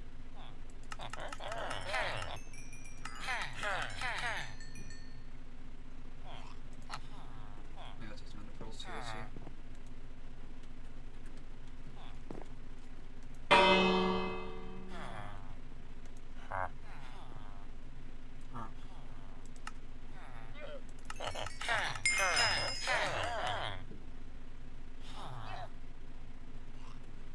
Okay, where are these lamps at?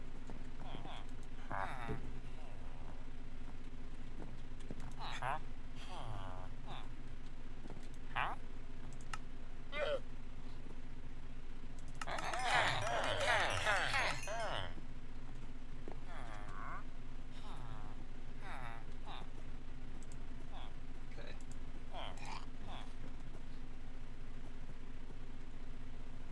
Oh, can we not drink this?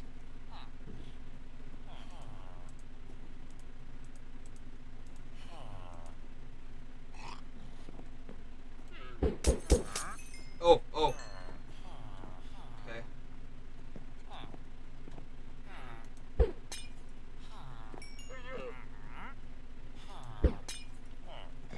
Thought it was drinkable.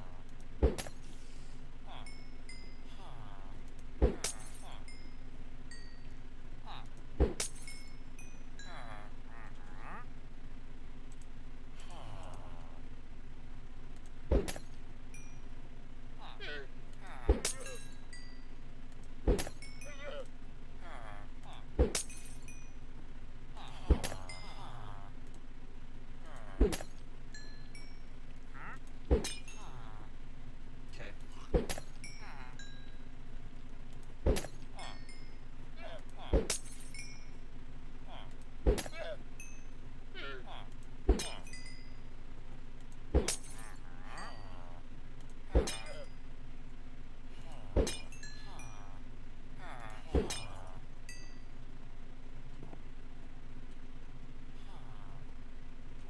Okay, we need more paper. Or maybe we sell other stuff. We can go to Johnstown too. I think Johnstown's got some stuff. But honestly, what I'm gonna do is I'm gonna instead wait for daytime. I'm just gonna stand by the sugar cane and like row out a little bit.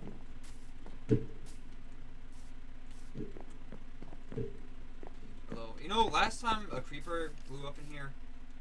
Yeah, okay, you need to die. I think.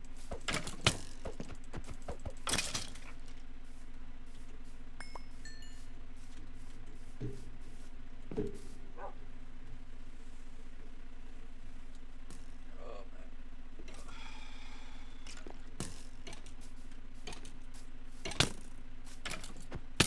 Gotta be careful. Oh, stop it!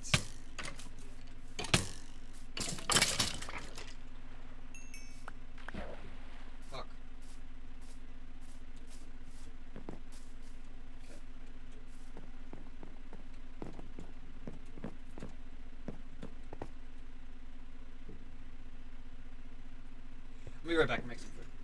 Let's check King Vidor. I think we can maybe use Nether Wart too with like the potion traders. But we'll be right back. I'm gonna make some food. By use, that's what I was going to say. I'm about to say use the bathroom, but let's say get some food. 'Cause I'm hungry. I'm tired.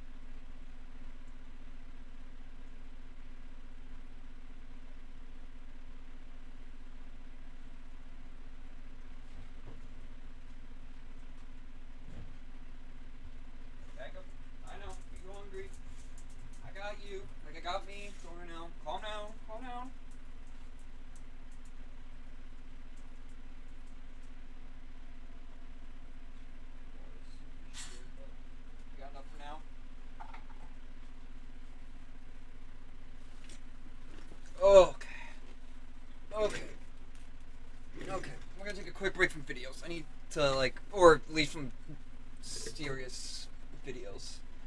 My brain melts a little, hurts a little. Okay.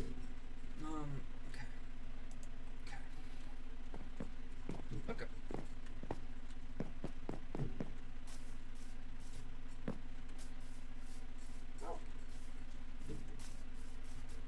Looks like that's what's sundown.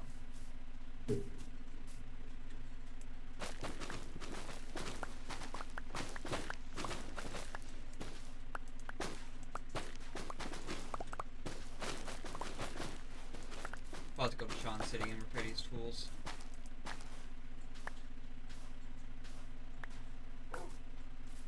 How long have I been streaming for, by the way? I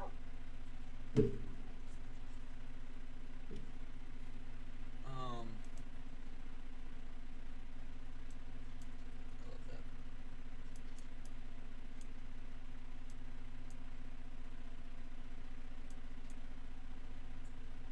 The time. Need to know more about the time. But about 3 hours.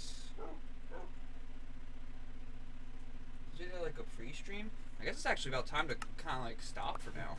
I was hoping to get some more done, or like at least get my weapons done before stopping. But say we'll quickly and my weapons and tools.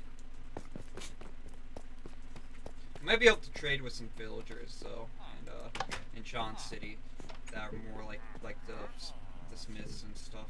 Like the just quarry guys. I don't know. Yeah, you want this?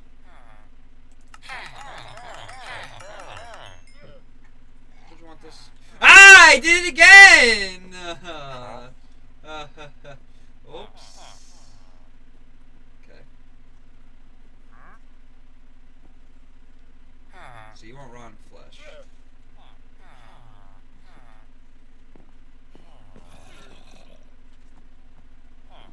Look, I am actually gonna deal with this later. I gotta get going on homework.